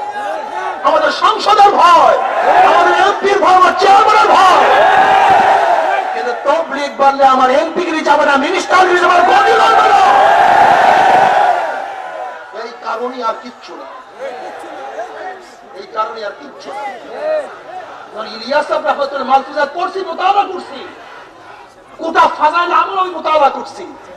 আপনারা জানেন একবার ফাজাইল আমল থেকে যে বয়ান করছি, অনেকেই বলছে কি আপনি কি ফাজাইল আমল মুখস্থ করে ফেলেছেন? গোটা ফাজাইল আমল মোতালা করছি, আমার কোনো জায়গায় ইশকাল নেই, একটা লফজের মধ্যে কোনো ইশকাল নাই। লামুজাহাবিরা ফাজাইল আমলের ইশকাল করতে পারে জাহালাতের কারণে, মূর্খতার কারণে, কিন্তু আমরা তো ফাজাইল আমলের উপর কোনো ইশকাল করতে পারি না, তো কোনো ইশকাল নাই, ইশকাল নাই, কি কথা ঠিক না? আরে ভাই ওয়াকিয়া তো ওয়াকিয়া, এ তো সেট এবং কেজেবের ইহতিমাল রাখে। আপনি যদি একটা কিতাবের মধ্যে ঘটনা রাখেন, এটাকে ওহী, কোরআন, হাদিস, এটা তো সত্য এবং মিথ্যার ইহতিমাল রাখে, কি কথা ঠিক না? এর উপর কোনো ইশকাল থাকতে পারে না। কিন্তু কই ঘটনা কি? ঘটনা কি? আমাদের তো ইশকাল চলে না, ইশকাল উঠাই না, কিন্তু চরমনের ব্যাপারে ইশকাল উঠান কেন? কারণটা কোথায়? আমাদের উপর ইশকাল উঠাতে পারে খ্রিস্টানরা, আমাদের উপর প্রশ্ন তুলতে পারে ইহুদিরা, আমাদের উপর প্রশ্ন তুলতে পারে নাস্তিকরা, আমাদের উপর ইশকাল তুলবে শিয়ারা, আমাদের প্রশ্ন তুলবে লামুজাহাবিরা, আহলে হকরা কেন? আহলে হকরা কেন? কারণটা কোথায়? আপনার মুখেও দাড়ি, চরমনে আলাদের মুখেও দাড়ি, আপনাদের মাথায় টুপি, আমাদের মাথায় টুপি, আপনারা লম্বা জামার কায়েল, আমরাও লম্বা জামার কায়েল, আপনারা পীর মুরিদি পছন্দ করেন, যদি না করেন ইলিয়াস রাহমাতুল্লাহ আলাইহির মধ্যে আপনি নাই, বের হয়ে গেছে। আপনি ইলিয়াস রাহমাতুল্লাহ, ইলিয়াস রাহমাতুল্লাহ আলাইহি হযরত মুফতি মারিফুল কোরআনের মুসান্নিফ শফি সাহেব রাহমাতুল্লাহ কাছে বয়াত করার জন্য গেছেন। হযরত গঙ্গির আহমদ ইন্তেকাল করার পরে, খলিল আহমদ সাহানুদ্দিন রহমান ইন্তেকাল করার পরে ইলিয়াস রাহমাতুল্লাহ আলাইহি তিনি হযরত গঙ্গির আহমদের শাগরেদ ছিলেন, খেদমত করতেন। তিনি হযরত ইয়াহিয়া সাহেব রাহমাতুল্লাহ আলাইহি খেদমত করতেন, তার খেলাফত গ্রহণ করছেন, কি কথা ঠিক না? সব হলো গঙ্গির আহমদের শাগরেদ, ইয়াহিয়া সাহেব রাহমাতুল্লাহ আলাইহি, খলিল আহমদ সাহানুদ্দিন রাহমাতুল্লাহ আলাইহি সব তো গঙ্গির আহমদের শাগরেদ, কি কথা ঠিক না?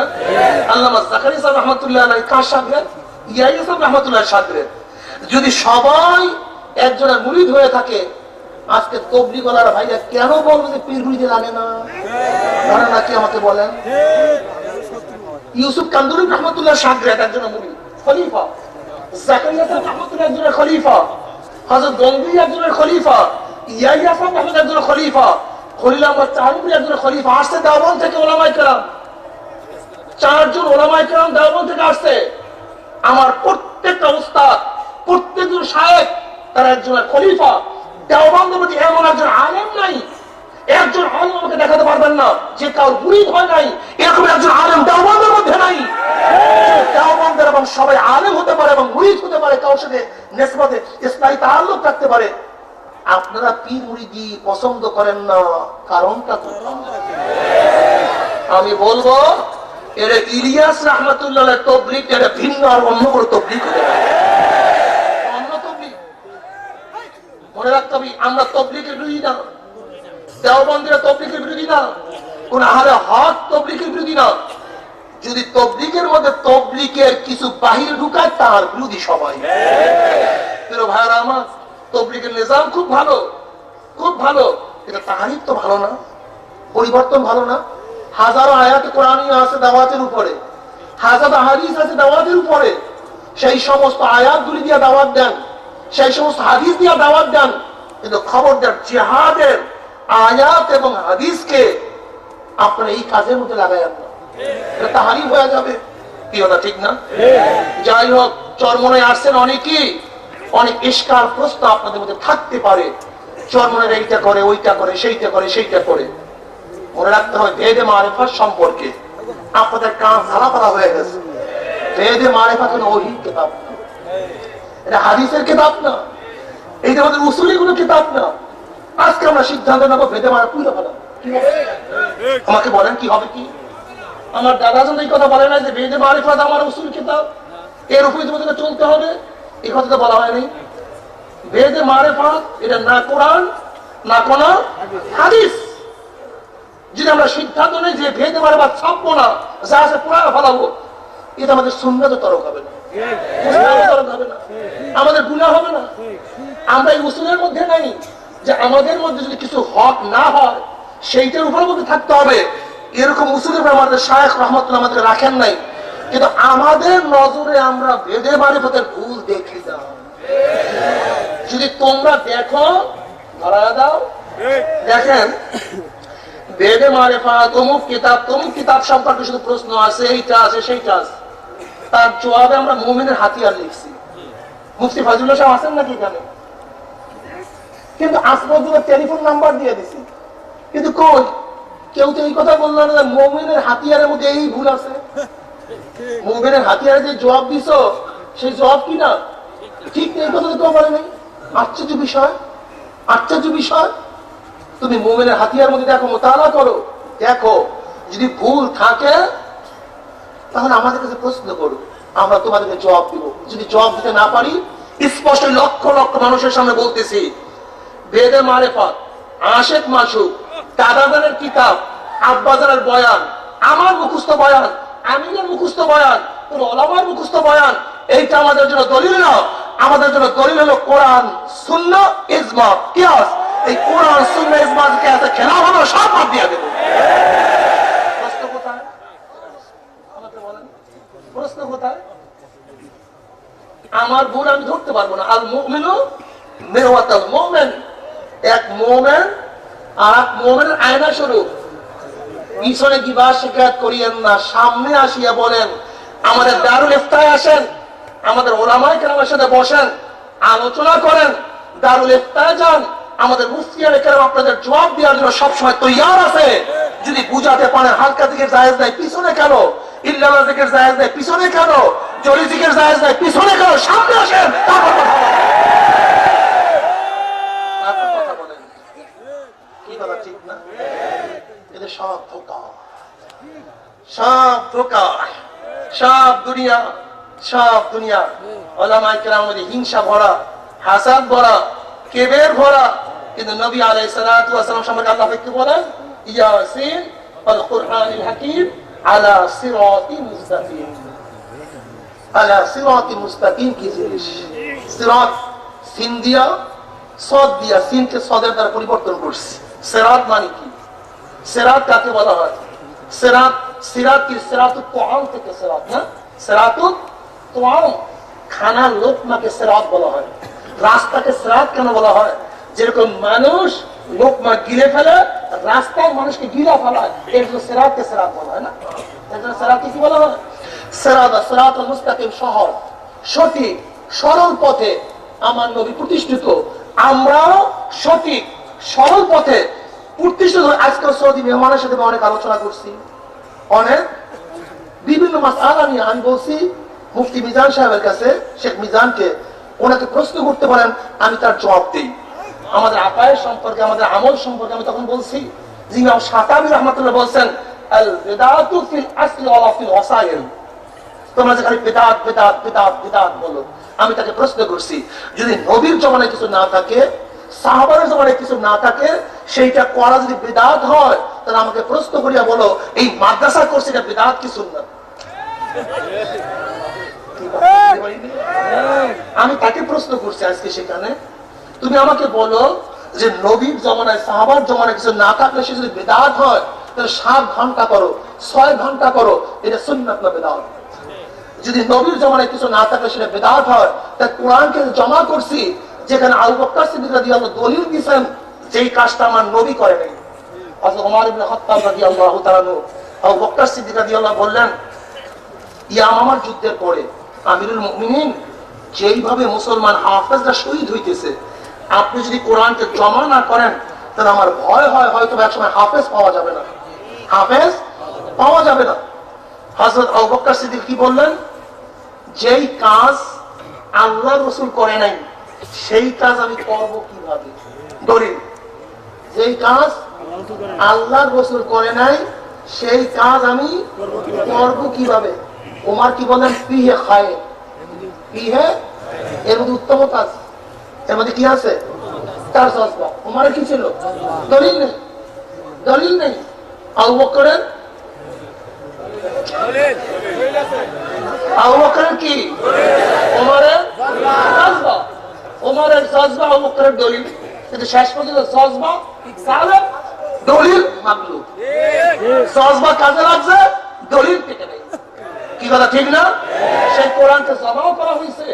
আজ আমাদের সামনে কোরআন আছে। আল্লাহ না করুক ওমর ইবনে খাত্তাব যদি সে সময় তাকিদ না দিত, আল্লাহ না করুক কেমন যেন হইত।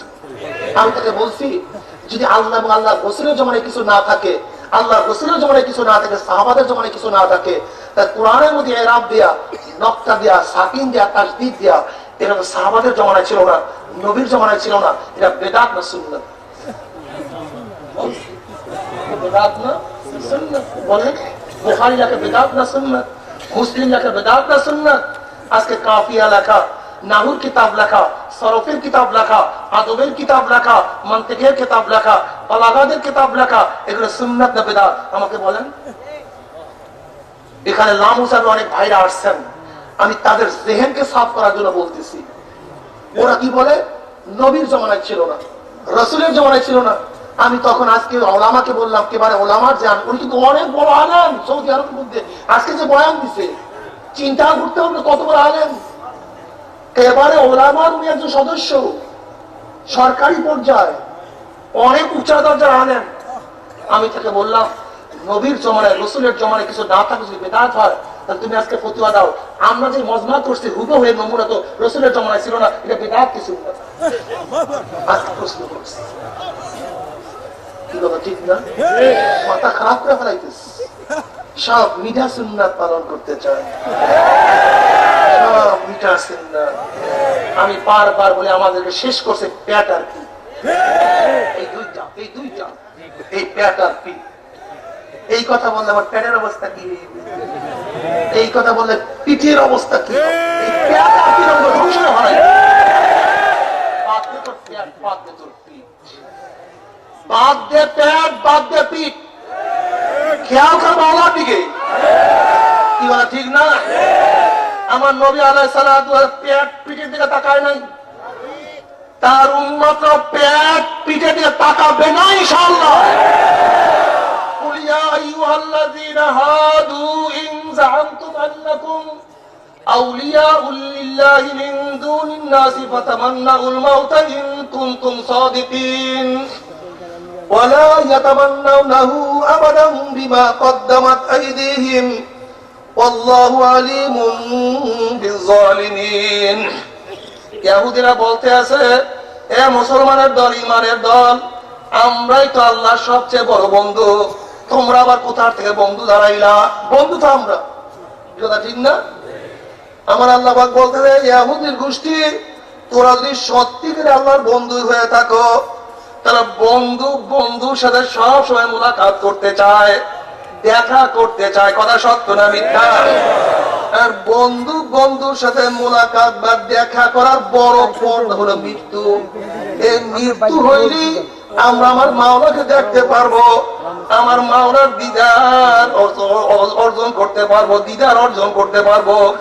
যদি সত্যিকার তোরা আল্লাহর বন্ধু হয়ে থাকো, তারা তোরা মৃত্যু বরণ করতে কেন চাও না?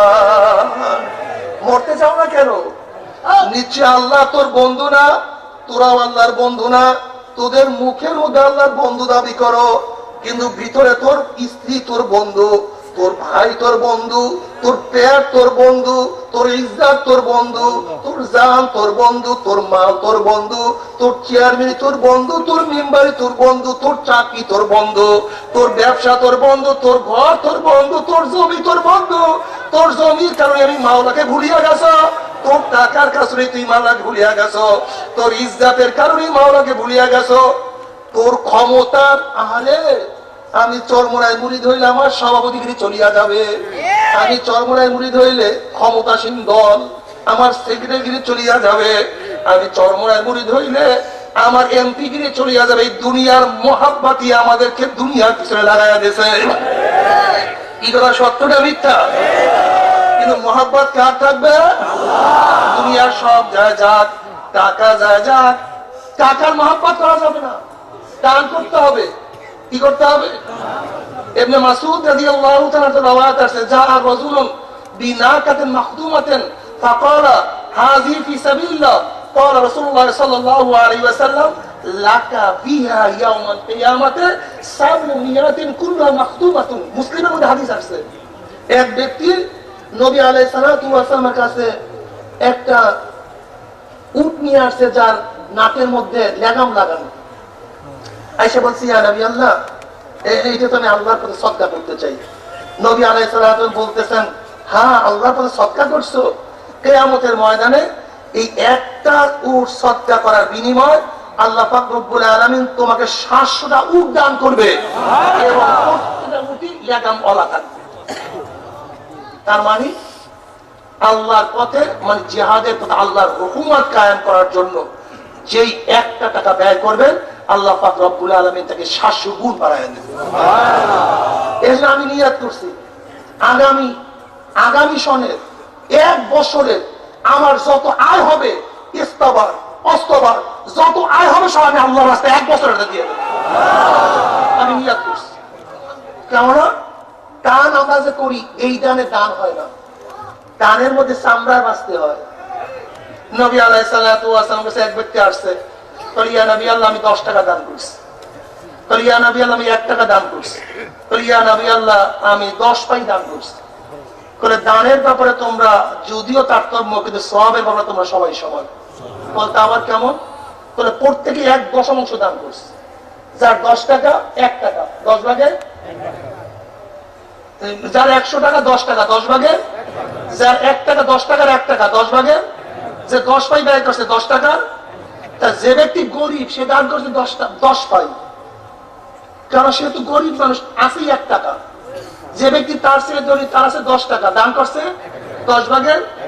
যে ব্যক্তি ধনী 100 টাকা, দান করছে 1 টাকা 10 টাকা 10 ভাগে। বড় লোক অনেক সময় দান করে 1 লাখ টাকা 2 লাখ টাকা, মনে করে আমি বহুত দান করছি। তুমি যদি 100 কোটি টাকার মধ্যে থেকে 1 লাখ টাকা দান করছো, তুমি 100 ভাগের 1 ভাগ দান করছো, কি কথা ঠিক না? আর এই ব্যক্তি 1000 টাকার মধ্যে 100 টাকা দান করছে, তোমার 1 লাখ টাকা আর তার 100 টাকা সমান, কি কথা ঠিক না? অনেকে মনে করছে 1 কোটি টাকা দান করছে, কোন সাদা দান করছো? তুমি 100 কোটি টাকার মধ্যে 100 কোটির মধ্যে 1 কোটি, আর আরেক ব্যক্তি 1 লাখের মধ্যে 1000, সমান। 100 ভাগের 1 ভাগ, উনি 100 ভাগের 1 ভাগ, কি কথা ঠিক না? দানের মধ্যে আমাদের খুব পিছনে।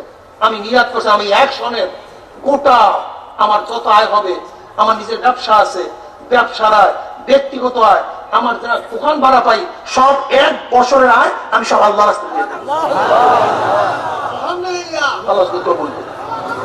এই যে আমাদের সাইদ ভাই, আল্লাহ পাকের শুকর, ওই যে সাইদ আজকে মাদ্রাসা বললাম, উনি একা 50 কোটি টাকা খরচ করে একা মাদ্রাসা করে দিচ্ছে। 50 কোটি টাকা খরচ করে। দেখেন যে হুজুর মানুষ, মৌলবী মানুষ, আল্লাহ এত অর্থ দান করছে। আল্লাহ পাক তার পোলাপানকে ভালো বানাও, আল্লাহ পাক তাকে কবুল করা। বসেন, আমাদের অনেকের মধ্যে দানের মাত্রা কম। খবরদার, দান করতে হবে, দান বাড়াতে হবে। মালের ত্যাগ, জানের ত্যাগ। সময় দিতে চাই না, সময় আমরা দিতে চাই না, সময়ের ত্যাগ আমাদের মধ্যে নাই। এই মাইক ঠিক করেন, বসেন বসেন বসেন। হ্যাঁ, অসুস্থ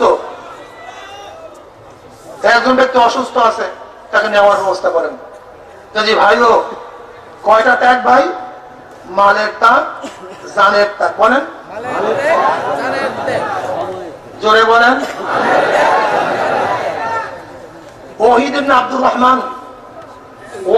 আব্দুর রহমান রহমাতুল্লাহ আলাইহি বলেন, আমরা সাথী দিকে নিয়ে বসা, জিহাদে যাব, আলাপ আলোচনা চলতেছে,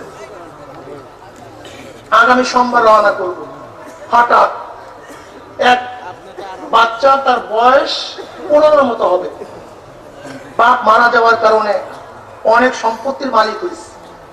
আমাদের মধ্যে একজনে আয়াত তেলাওয়াত করলো। কি আয়াত তেলাওয়াত করলো? ইন্নাল্লাহ আশতারা মিনাল মুমিনিনা আনফুসাহুম ওয়া আমওয়ালাহুম বিআন্না লাহুমুল জান্নাহ। এর সামনেটুকু মৌলবীরা পড়ে না। ইউকাতিলুনা ফি সাবিলিল্লাহি ফায়াকতুলুনা ওয়া ইউকতালুন, এতটুকু তো পড়ে না কেউ। কি কথা বলেন? ইন্নাল্লাহ আশতারা মিনাল মুমিনিনা আনফুসাহুম ওয়া আমওয়ালাহুম বিআন্না লাহুমুল জান্নাহ ইউকাতিলুনা ফি সাবিলিল্লাহ ফায়াকতুলুনা ওয়া ইউকতালুন। তারা যুদ্ধ করে আল্লাহর পথে নিজেরা শহীদ হয়, আরেকজনকে দুনিয়া থেকে বিদায় দেয়। আয়াতের প্রথমে বলেন নাই, কিন্তু আয়াতের প্রথম অংশ পড়ে, দ্বিতীয় অংশ কেউ পড়ে না। এই আয়াত তেলাওয়াত করছে, তেলাওয়াত করার পরে 15 বছর বয়সের বাচ্চা উঠে দাঁড়ায় বলতেছে, শাইখ আব্দুল ওয়াহিদ, আমি আমার জান এবং মালের পরিবর্তে জান্নাত ক্রয় করলাম। কি বলছে? জান আর মালের পরিবর্তে আমি জান্নাত কবুল করলাম, ক্রয় করলাম। আব্দুল ওয়াহিদ বলতেছে, এ বাচ্চা, তুমি বয়স অল্প, তলোয়ারের ধার খুব তীক্ষ্ণ, তুমি সহ্য করতে পারবা না, আর তুমি এই ত্যাগ করতে পারবা না। বলতেছে, আমি আল্লাহর পথে, আল্লাহর দরবারে জান মালের পরিবর্তে জান্নাত ক্রয় করার পরে সেটা ফেরত দিয়ে দেবো? না, আমি পারবো। আমি জান এবং মালের পরিবর্তে জান্নাত ক্রয় করে আমাদের। ঠিক আছে, চলো, আমরা রওনা করলাম। সেই বাচ্চাটা দিন রোজা রাখে, রাতে তাহাজ্জুদ নামাজ পড়ে, আমাদের প্রচুর খেদমত করে, সারাদিন ইবাদতের মধ্যে মগ্ন থাকে, জিকির আসমানের মগ্ন থাকে। আমরা চলতে চলতে রোমে গিয়া পৌঁছলাম। পৌঁছানোর পরে আমরা এক জায়গায় বসে আছি। এর মধ্যে সেই বাচ্চা দৌড়ে এসে বলতেছে, আয়নায় মারিয়া কোথায়, আয়নায় মারিয়া কোথায়, আয়নায় মারিয়া কোথায়, আয়না মারিয়া, হায় আয়নায় মারিয়া। এখন আমাদের সাথীরা বলতেছে, এরা মানে পাগল হয়ে গেছে, মাথা খারাপ হয়ে গেছে, একে মনে শয়তানে ধরছে, ভূতে ধরছে। কিন্তু সে শুধু বলছে আয়নায় মারিয়া। বলতেছে, শাইখ আব্দুর রহমান, আমি আর সহ্য করতে পারতেছি না, আব্দুল ওয়াহিদ, আমি সহ্য করতে পারতেছি না, আয়নায় মারিয়া কোথায়? বলছে, আমার বাচ্চা, বলো কি হয়েছে, তুমি এরকম করতেছো কেন? বলে, শোনেন, আমি একটু শুয়া পড়ছিলাম, হঠাৎ আমি স্বপ্নের মধ্যে দেখতেছি একদল আগন্তুক আমাকে নেওয়ার জন্য আসছে। বলে, চলেন, আপনার সামনে চলেন। আমি তাদের সাথে চলতেছিলাম, হঠাৎ দেখলাম একটা অপরিবর্তিত ঝর্ণা, খুব সুন্দর এক ঝর্ণা, তার পাশে অসুন্দর সুন্দর অপূর্ব সমস্ত নারীরা বৈশা আছে, পুরীরা বৈশা আছে, যার চেহারা বর্ণনা আমি করতে পারবো না। আমি যাইতে লিখে আমাকে বলতেছে, এই যে দেখো, আয়নায় মারিয়া স্বামী আসতেছে। আমি তাদের কাছে গিয়ে বললাম, এর মধ্যে আয়নায় মারিয়া কে? তোমাদের মধ্যে কে আয়নায় মারিয়া? বলে, আমরা তো আয়নায় মারিয়া না, আমরা হলাম আয়নায় মারিয়ার দাসী, পান্ডি। আয়নায় মারিয়ার সামনে, তুমি সামনে চলো। আমি সামনে চলতেছিলাম, চলতে চলতে দেখি একটা দুধের নহর, এত সুন্দর যে নহরের কথা আমি বর্ণনা করতে পারবো না। তার পাশে এত সুন্দরী সুশ্রী হুরেরা আছে, তাদের চেহারা দেখিয়া আমি পিছনে সমস্ত হুরদের চেহারা ভুলিয়া গেছি। এবং তারা বলতেছে, আহলান সাহলান, এই যে আয়নায় মারিয়া স্বামী আসতেছে। আমি তাদের কাছে গিয়ে বললাম, তোমাদের মধ্যে আয়নায় মারিয়া কে? বলি, না, আমরা তো আয়নায় মারিয়া না, আমাদের মধ্যে আয়নায় মারিয়া কেউ নাই, আয়নায় মারিয়া সামনে আছে, সেখানে গিয়ে দেখেন সামনে সে অবস্থান করতেছে। আমি সামনে গেলাম, যাইতে যাইতে দেখি আগের যে ঝর্ণা, আগের যে নহর, তার চেয়ে অনেক সুন্দর, আরো সুচ্ছত, আরো সজ্জিত এক ঝর্ণা। যে ঝর্ণা হলো শরবতের ঝর্ণা বইতে আছে, তার পাশে এত সুন্দরী সুশ্রী হুরেরা, যে হুরদেরকে দেখিয়া আমি পিছনের হুরদের কথা ভুলে গেছি। বলতেছে, এই যে আয়নায় মারিয়া স্বামী আসতেছে। আমি গেলাম তাদের কাছে, বললাম, তোমাদের মধ্যে আয়নায় মারিয়া কে? বলে, আমরা তো আয়নায় মারিয়া না, আমাদের মধ্যে আয়নায় মারিয়া কেউ নাই, আয়নায় মারিয়া সামনে আছে, আমরা সামনে চলেন। আমরা গেলাম, আমি সামনে যাইতেছি, যাইতে যাইতে দেখতেছি এত সুন্দর নহর, যেই নহরের কোনো সীমা নাই, সংখ্যা নাই। বিশাল এক প্রসাদ, ইয়াকুত পাথরের দ্বারা। সেই পাথরের বিল্ডিং এর সামনে একজন দারোয়ান মহিলা হুর আছে। সেই হুরের চেহারা দেখিয়া আমি আশ্চর্য হয়ে গেছি, আল্লাহ পাক এত সুন্দরী, এত সুশ্রী কিভাবে সৃষ্টি করেন। আমাকে দেখে বলতেছে, আহলান সাহলান মারহাবা, এই যে আয়নায় স্বামী, আয়নায় মারিয়া স্বামী চলে আসছে। আমি বলি, আয়নায় মারিয়া কে? আমি তো আয়নায় মারিয়া না, আপনি ভিতরে ঢোকেন, আয়নায় মারিয়া সামনে আছে।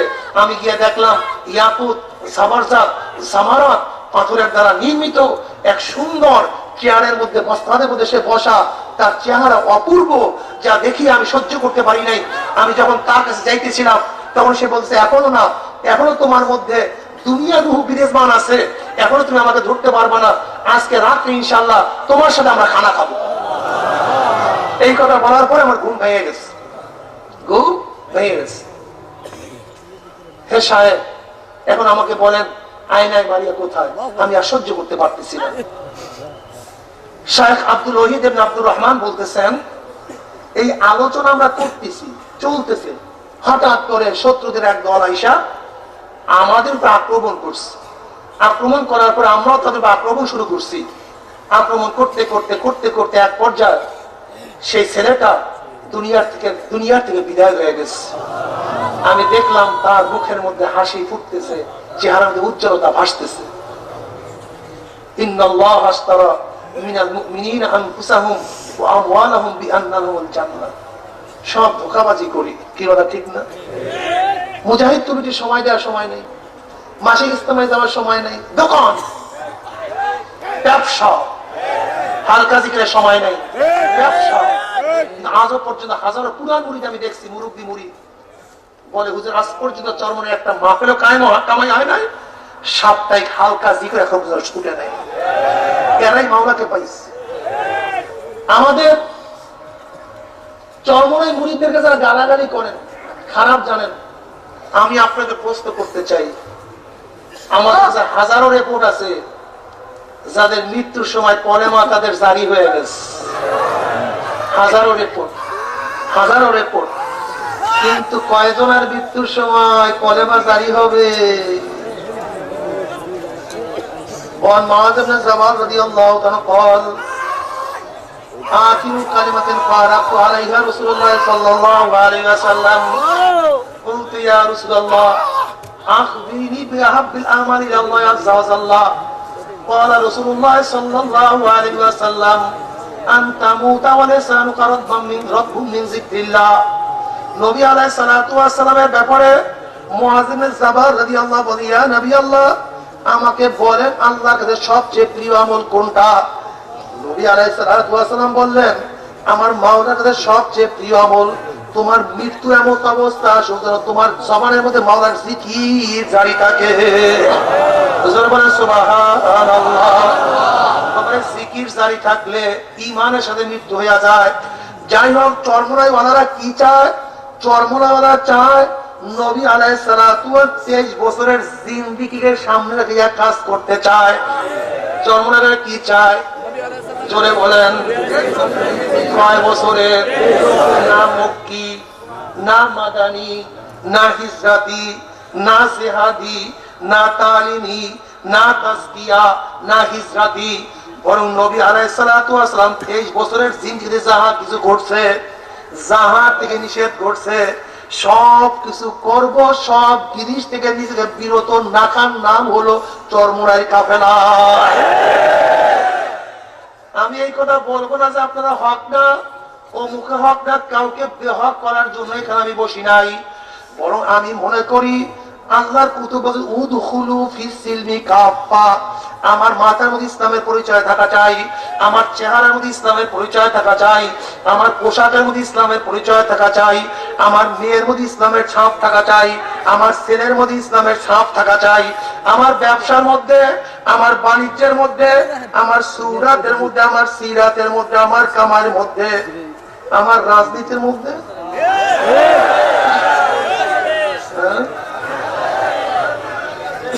তোমার সিরাত আল্লাহ রাসূলের, তোমার রাজনীতি মাউসুতুনের নমুনায় কেমন অবস্থা হইল রে বাবা। এর জন্য আমি এই কথা বলছি না যে তুমি চরমোনাইতে আসো, এই কথা আমি বলছি না, কিন্তু আমি বলি চরমোনাই আসার দরকার নাই, কিন্তু নবীজির সমস্ত আমল করার দরকার আছে কিনা।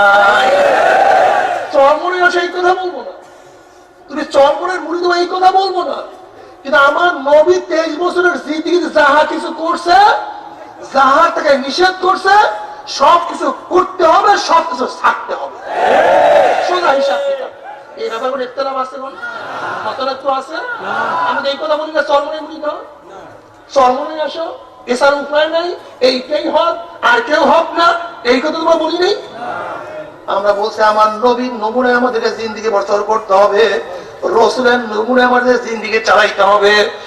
যদি রসুলের নমুনা আমার জিন্দেগি চলতেই পারে, চালাইতেই পারো, মওয়াত ঈমানের সাথে, কবরটা জান্নাতের বাগিচা, কিয়ামতের ময়দানে আরশের নিচে জায়গা, আমল নামার ডাইন হাতের নেকের পালা ওজোর, আমার নবী আলাইহিস সালাতু ওয়াস সালামের পবিত্র হাতে মোবারক হাউজে কাউসারের পানি, ওয়া ইন মিনকুম ইল্লা ওয়ারিদুহা কানা আলা রাব্বিকা হাতমান মাকদিয়া সুম্মা নুনাজ্জিলুল্লাযীনা ইত্তাকাউ ওয়া নাযারুয যালিমিনা ফিহা ফিসিয়া। যদি মাওলাকে নিয়ে মাওলার কবরে যাইতে পারো, কিয়ামতের ময়দানে উঠতে পারো, বুখারীর মধ্যে রওয়ায়াত আছে আল্লাহ পাকের একদল বান্দা বান্দির ঈমান আমল এত মজবুত হবে, আসমানের মধ্যে বৃষ্টি চমকাইলে যেরকম দুনিয়ার মধ্যে সেকেন্ডের মধ্যে চলিয়ে আসে, একদল আল্লাহ পাকের মুমিন বান্দা বান্দির ঈমান আমল এত মজবুত হবে, এক সেকেন্ডের মধ্যে পুসরাত পাড়ি দেওয়ার মাওলার জান্নাতে চলে আসে। সুবহানাল্লাহ। আর একদল আল্লাহ পাকের বান্দা বান্দি যাদের ঈমান আমল একটু দুর্বল হবে, যেরকম বাতাসের গতি, বাতাসে বুখারীর মধ্যে রওয়ায়াত, বাতাসের গতির মতো পুসরাত পাড়ি দেওয়ার মাওলার জান্নাতে চলে যাবে। যাদের ঈমান আমল একটু মজবুত কম হবে, জোরে চলনেওয়ালা ঘোড়ার মতো ঘোড়া পাড়ি দিয়ে মাওলার জান্নাতে চলে যাবে। যাদের ঈমান আমল একটু দুর্বল হবে, জোরে হাঁটনেওয়ালা মানুষের মতো পুসরাত পাড়ি দিয়ে মাওলার জান্নাতে চলে যাবে। আল্লাহ কমপক্ষে শেষ দলের মধ্যেও রাখিও।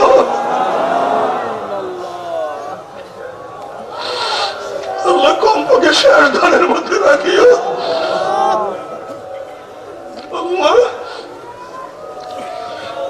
থানবী রহমাতুল্লাহ আলাইহি বলেন, মাওলা তুমি তো আমাকে মাফ করিয়া জান্নাতি লোকের জুতাও বানাইয়া দাও।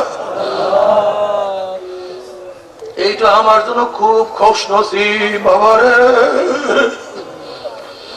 আমি আব্বাজান রহমাতুল্লাহর জবানের মধ্যে, পবিত্র জবানের মধ্যে বারবার বয়ান শুনছি, বাবা আমি পুলসের উপরে আছি। চরমনের মুরিদরা খবরদার খবরদার মাওলাকে ভয় করিও, কিয়ামতকে ভয় করিও বাবারে।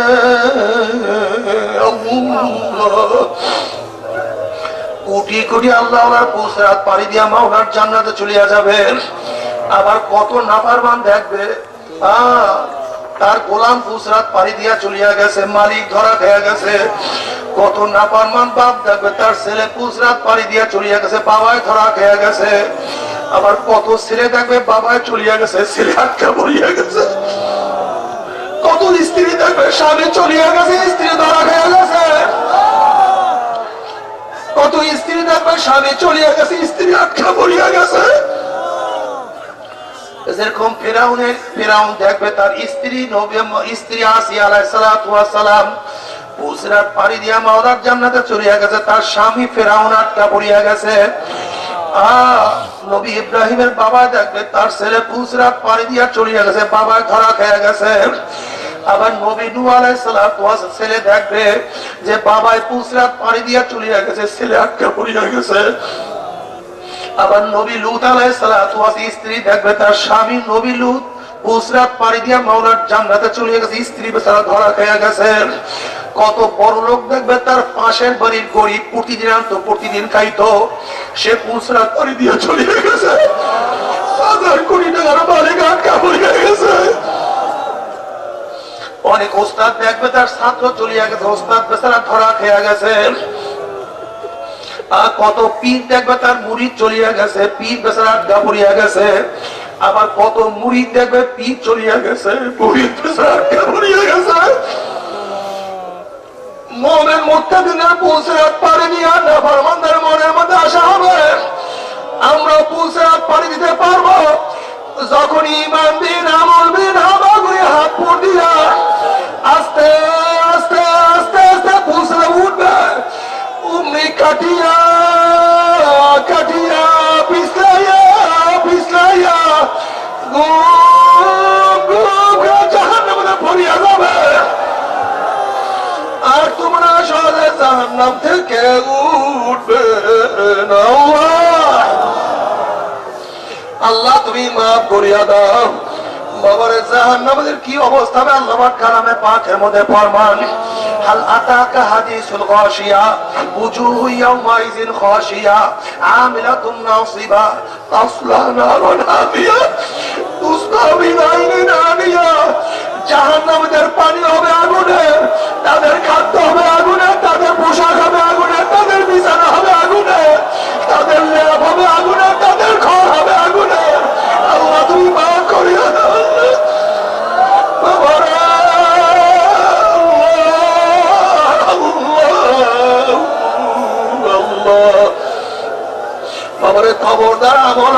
ইমান আমাকে মজবুত না করিয়া কেউ মাওলার কবরে যাইও না।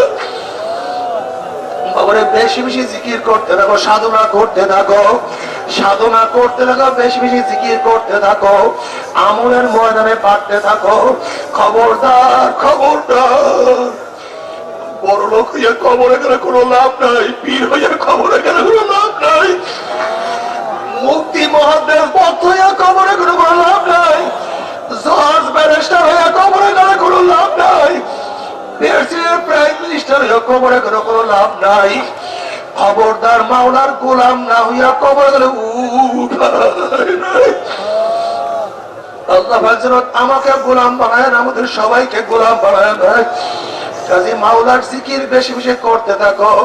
মাওলার জিকিরের মধ্যে মজা, জঙ্গে দেলা ছয় কালে লা পাকে কোন লাই তরবার দিয়ে করবে সব সব দূর করিয়া বলা নাই নাই নাই, কিছু নাই কিছু নাই, আল্লাহ বাদে কেহ মাবুদ নাই, লা ইলাহা